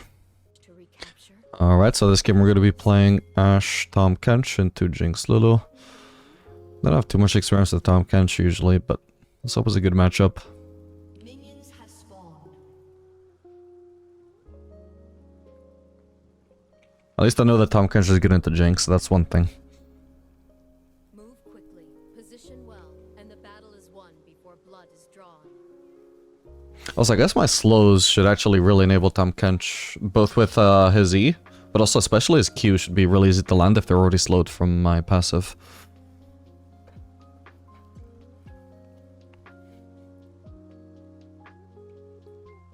Know this, I am Ashe. We could potentially win a level 1 all-in. Looks like Tahm, Kench is the same idea. But he just had to wait. If he waited for my W to land first, he had such an easier Q than if he doesn't wait, you know? Still, somehow we even get off to a good start with that. Crazy. Tahm, Kench then is... Tahm, Kench and his ranged pressure.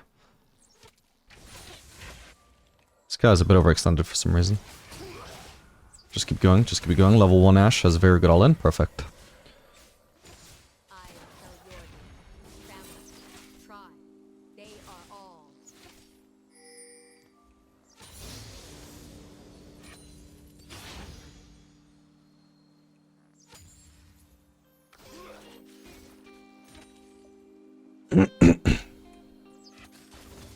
Alright, at this point we're too pushed for Tahm, Kench to do much. He's not going to be able to engage here, so we should try and crush.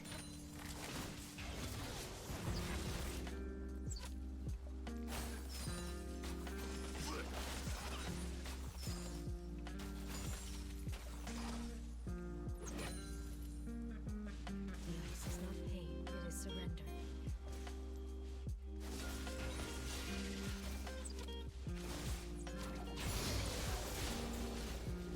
I'm actually going to have to path around, I think.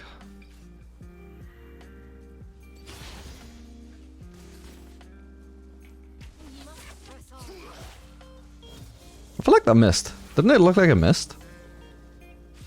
I swear to God.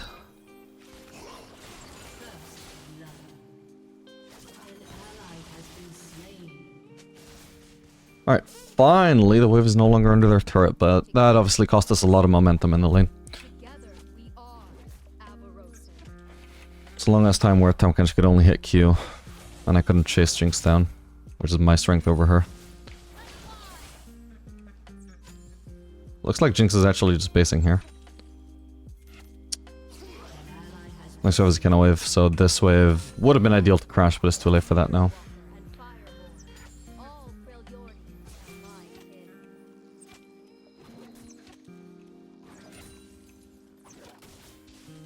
I haven't even thought actually about what build I'm going to run this game. I don't know if people are starting to run Yuntal on Ashe since the patch.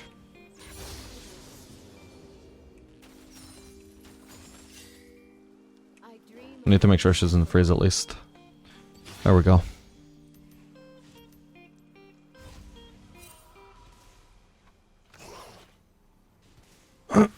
Mostly Kraken Slayer, and some Static Shiv. Not a whole lot of people running Yuntal. Has a decent run rate on her though. I don't have a lot of gold for BF Sword though, so I'm just gonna get this. True ice. I hold my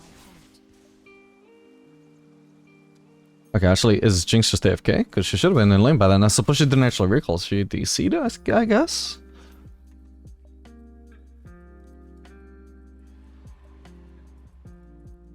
Yeah, okay, fair enough. That's a solid advantage for us then. About 20 CS up.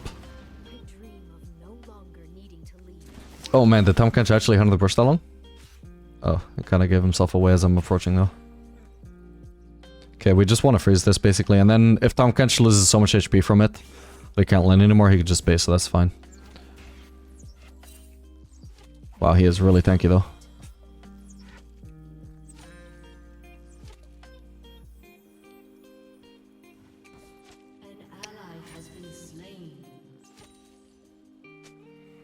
He should be heading in that brush.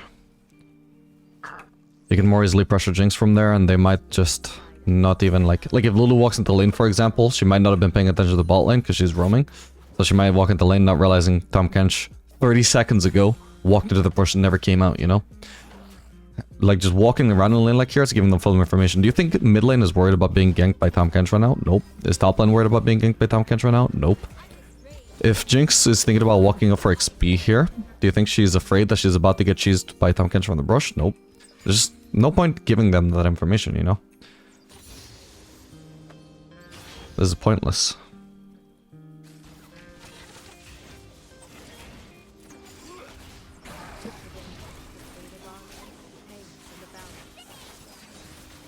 Oh man. Ooh, but he got the stun. I just barely landed my W on her. She must have already used flash. Yeah, she used it before. Guess it hasn't come up yet. Awesome. No one escapes winter. That's kind of close.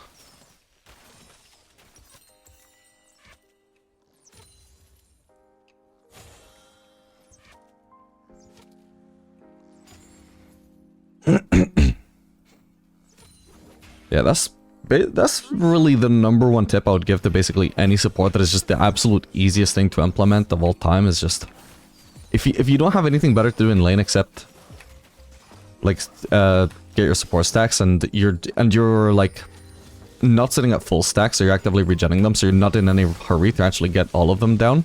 Just hide in the brush instead of just hiding in plain sight, you know? Because the enemies will make mistakes just because you are not giving them information. Like Jinx will blindly walk into lane thinking, oh, it's a 1v1, and then she just gets immediately ulted. Like that shit even gets me. You know why I know that shit works? Because it works against me. If it works against me, it works against the rest of you. Wait, holy shit, what is it? Okay, thankfully the Stillwood's out of this. I don't know what the how the fuck I ended up on the Terminus build path. But nice.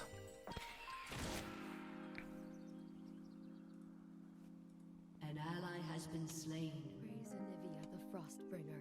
Let us feel the coming of change. Grant us the freedom to travel in safety.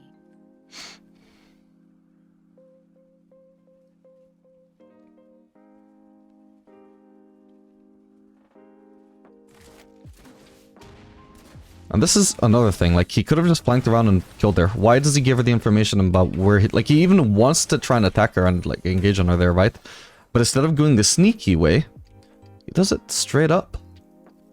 Because that's another thing you can do in this situation. Like, obviously, in this scenario, if he's entering lane while Jinx is already in lane, you can't just sneak into the brush. Like, she obviously knows you're there if you just stood in front of her face.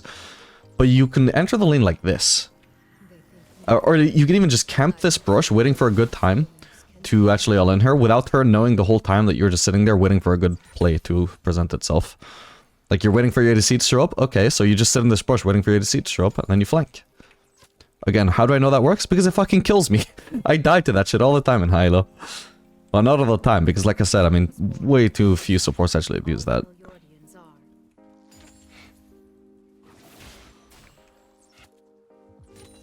Still, I guess significantly more common at high elo at least.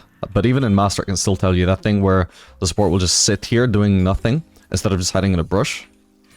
That happens all the time. From afar.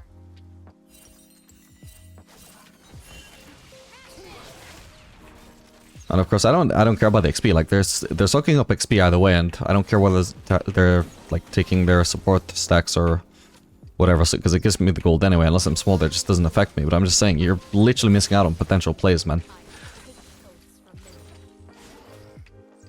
You lose nothing for trying.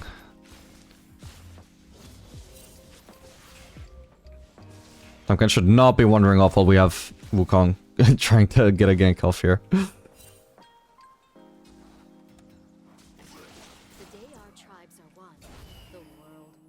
I'm just gonna pretend like I'm potentially worried about a gank here. Wukong, you should be ready to dodge that. Who knows whether they had vision or whether that was just random.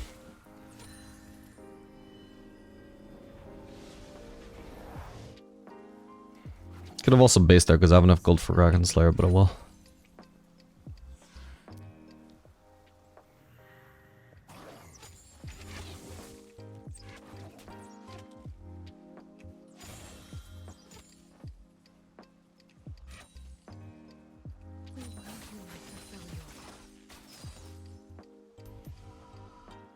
Nah, I don't want to base yet. I'll base on the next kind of wave.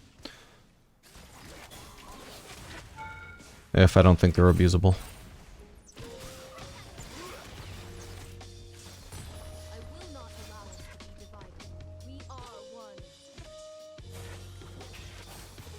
So on this wave I can base. And they didn't lose HP, so no, I don't think they're abusable.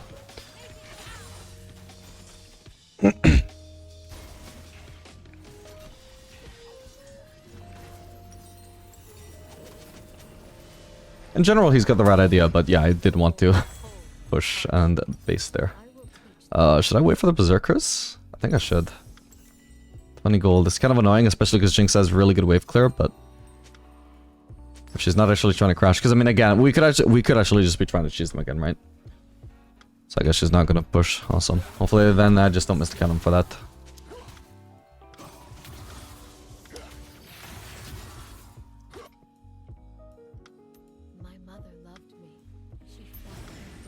I think I might have actually missed cannon because of that. Sad.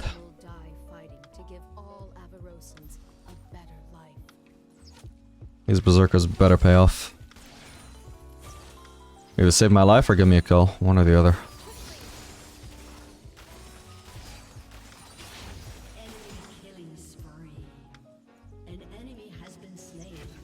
This Jinx, I swear to God, must be lagging like hell because she's just permanently under turret. And we know she, like, disappeared for a little bit earlier. Well, she's not playing like she has high ping, though. So I don't know. Maybe she's just trolling.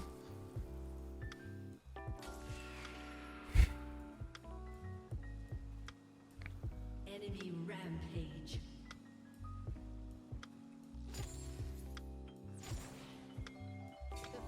Who's TPing there? What the? What an odd TP location just to ult mid. What? Oh no. What the hell?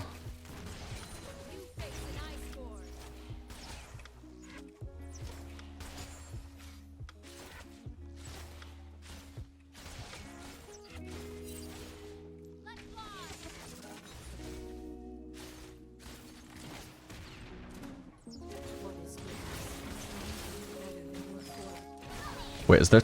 Dude, I thought they were on fucking Drake.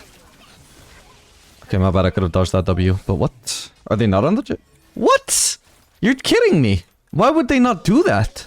Okay, I mean, this is a small price to pay. Like, just waste my ult and get a slightly bad trade. Just cancel their Drake, I guess. But what the fuck? They should have had at least, like, Gwen and Lulu on that. At the very least, Gwen.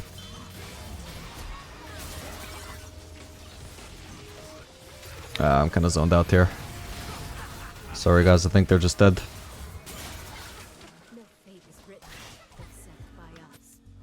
They just went in way too deep. Ooh, holy shit, okay. Whoops. Should be able to walk out though. Yeah, they went in way too deep knowing that I was being initially zoned by the Gwen W zone or whatever it is. I don't think I can push here, yeah. No, holy fuck. I was gonna use barrier, but never mind. Clearly it would have been one shot. Nice prediction from him. I did actually change my mind about juking. I was like, no, he's gonna predict this, but I did it too late. I was like, it's just way too obvious if I juke here. Has been slain.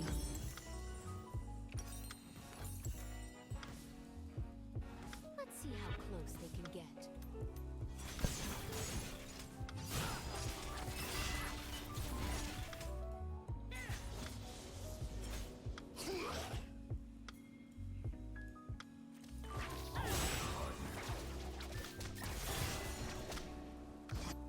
I'm a war mother, a chieftain, only because no one else will do what must An be done. enemy has been slain.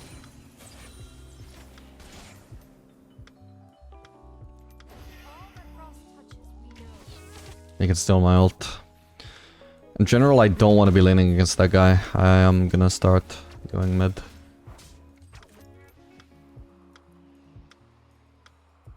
Come on. God, that red buff is so clunky. Glory to the vulnerable, the thousand-pierced beast. Give my people the resilience of your wilderness and Is that a pink ward? the storm. That's a regular ward.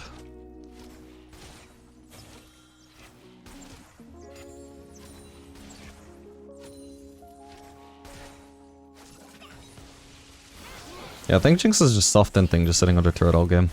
Bring the tools of war. Who knows what brought it on.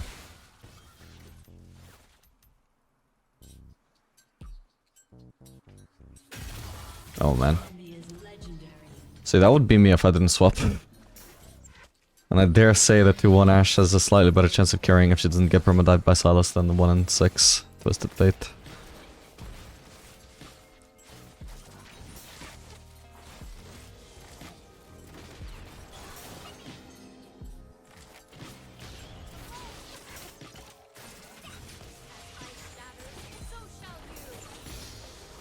Your turret has been destroyed. Shut down. An enemy She is kind of out of mana. Okay, we see Lulu actually. If I just engaged onto Jinx there, that would have been free. But she plays like a pussy. I say Aphelios. I hear my mother. We know we're not gonna kill her, so let's just rotate.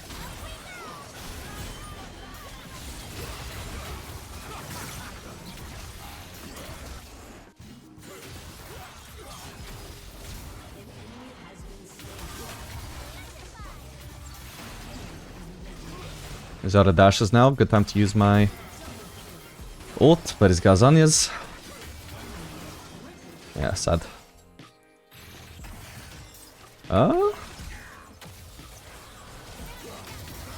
Jesus Christ. What the fuck, man? Please be dead at least. Nah, there's not a chance. Dude, what the fuck is just dashing every... I was gonna say 5 seconds, but I mean more like every 0.5 seconds. Holy shit.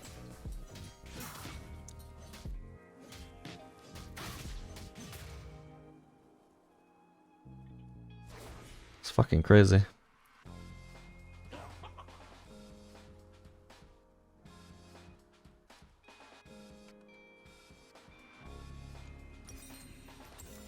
have heard no better words than the strong must try the impossible. This is the oath I must fulfill. Man.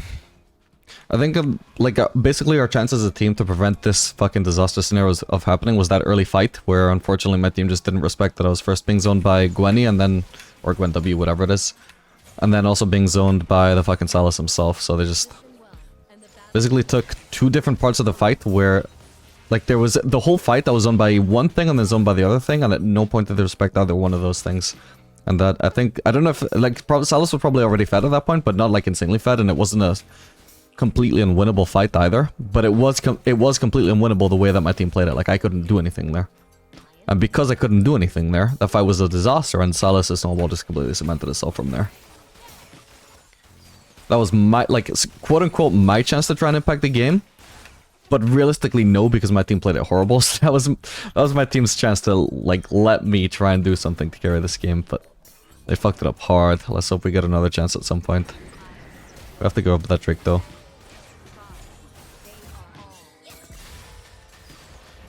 Wukong's play here is fine, but we should not have any deaths trying to contest the streak that we know we're not taking.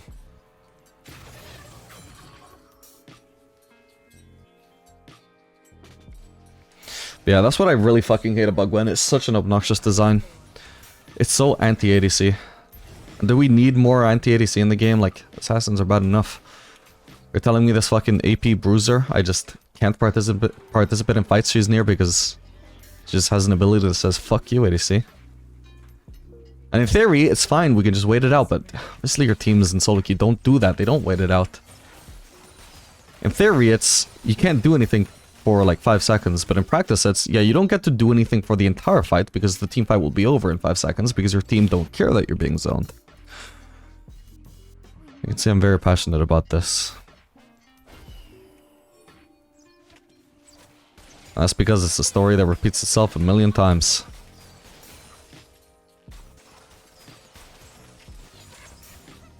ADC can't participate in the fight until Gwen W is over. Team doesn't respect that. Gwen W is over, but so is the fight.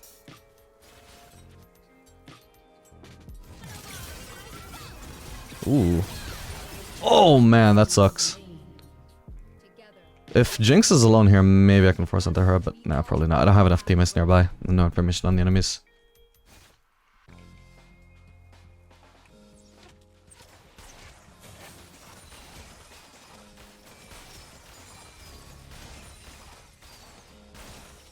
Okay, now I need to base.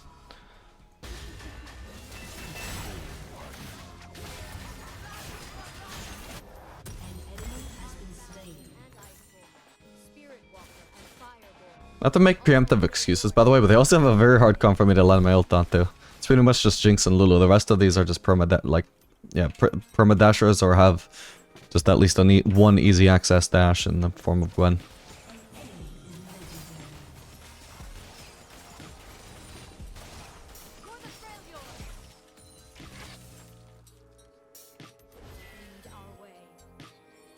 They're on it.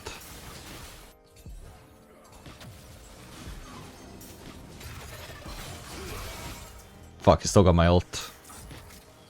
Dude, I thought he was ulting though, that's why I flashed.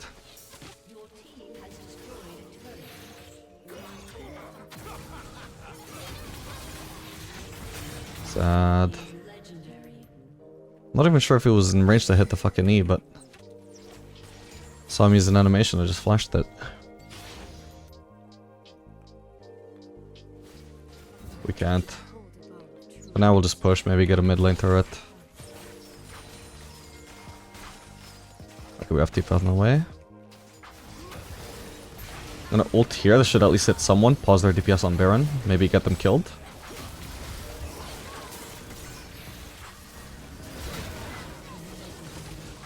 Okay, the Baron is still aggro, just doing a lot of damage to them. Hopefully it does damage to Gwen and her thing. Holy fuck, I'm gonna need anti-heal actually.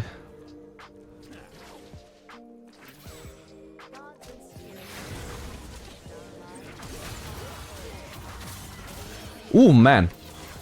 No, the shield. Okay, thank god he's on yet, because I was not gonna be able to kill him in time and he was gonna get his cooldowns back. Okay, but they didn't get Baron though.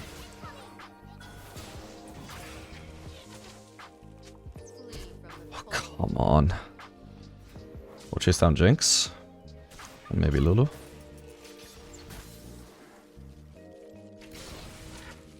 I just slowed 2 people there actually. I think. Or it might have just been 2 of my arrows landed onto the same person. Okay, Silas could still be in the area, I don't know. Probably not, if he wasn't there. Okay, holy shit.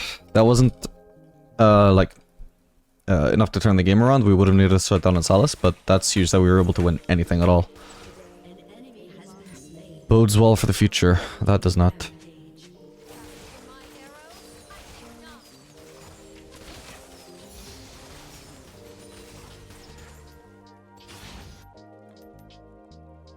Okay, I need to be basically... yeah. Actually, shit.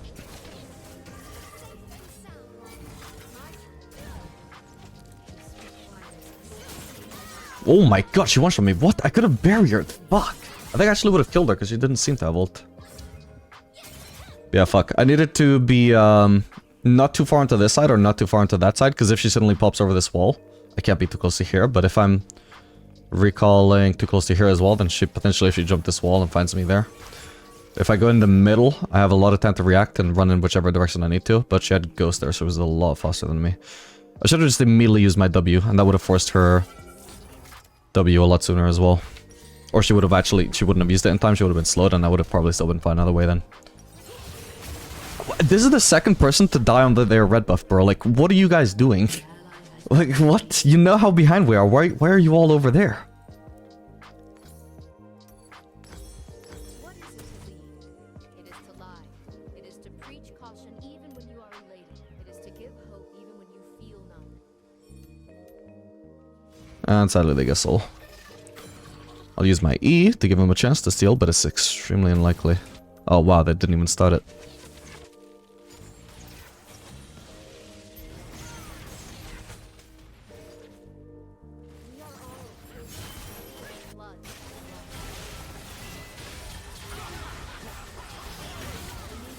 Didn't notice the traps.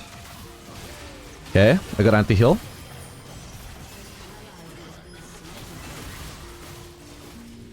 Please. Yes, he's dead. Huge. Holy f- Wait, they didn't even pick up the Drake. Let's get this. This is super important for us. There's also a chance we could get Baron, but fuck me. That's... Like, it's not 100% guaranteed, so I don't want to risk it. Also, what the fuck? I hope Gwen has used her W. Oh my god.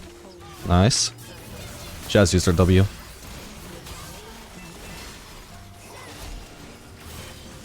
Oh, for fucking... Jesus Christ, there's just no reason for that to be so close. Now Jinx might have ult. Okay, thank god.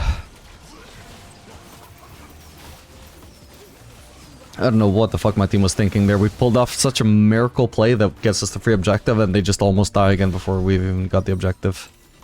They're making this so much harder than it needs to be. Dude, that execution is calling popped off so hard this game. Thank god I remembered that I needed anti-heal before I started committing to Bloodthirster. Because I do negative damage to Silas, so the best thing I can actually do is at least make it so he's not healing a lot. Hail of failure.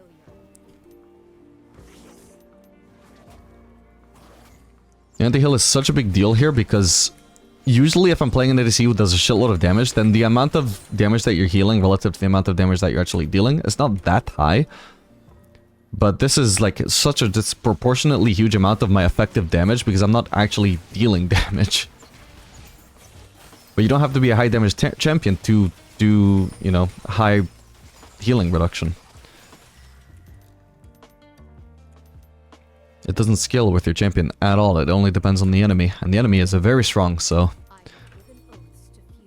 I have taken oaths from many.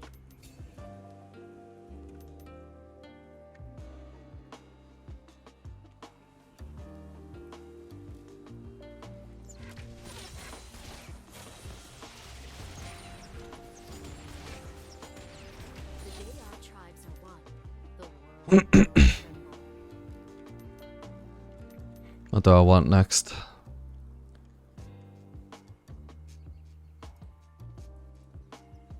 At this point I could go into Infinity Edge.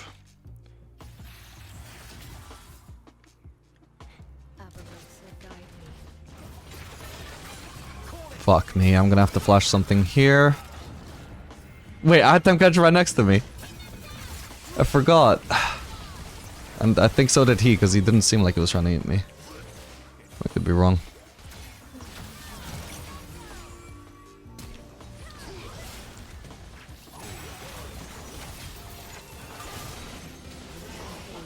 Nice one. Dude, I don't know how the fuck we're winning fights.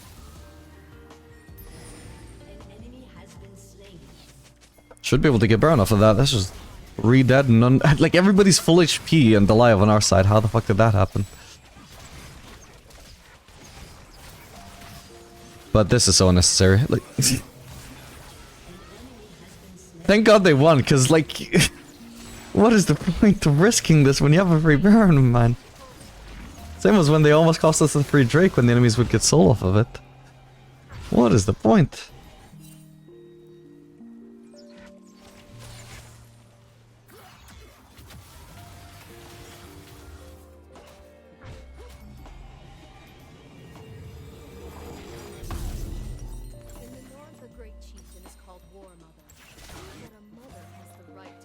think we'll do Bloodthirster. I think some survivability will do me good.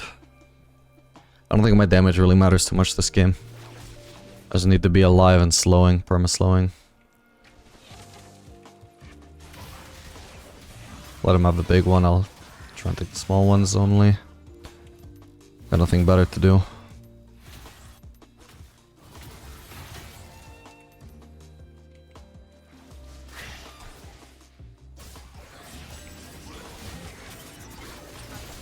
Only cold and hardship. I will teach them peace.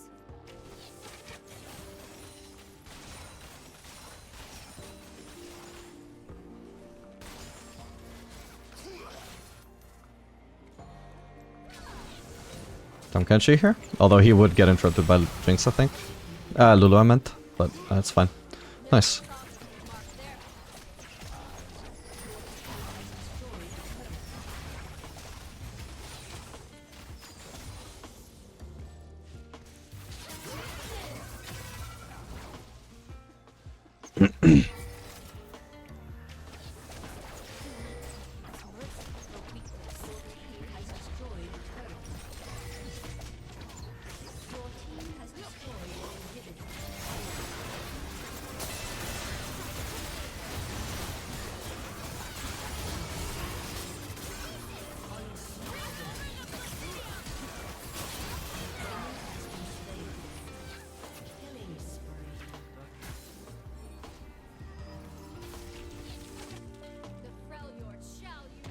Fuck me. Wait, I can't go through that wall like he can. Fuck. Wait, my bad. I forgot about that.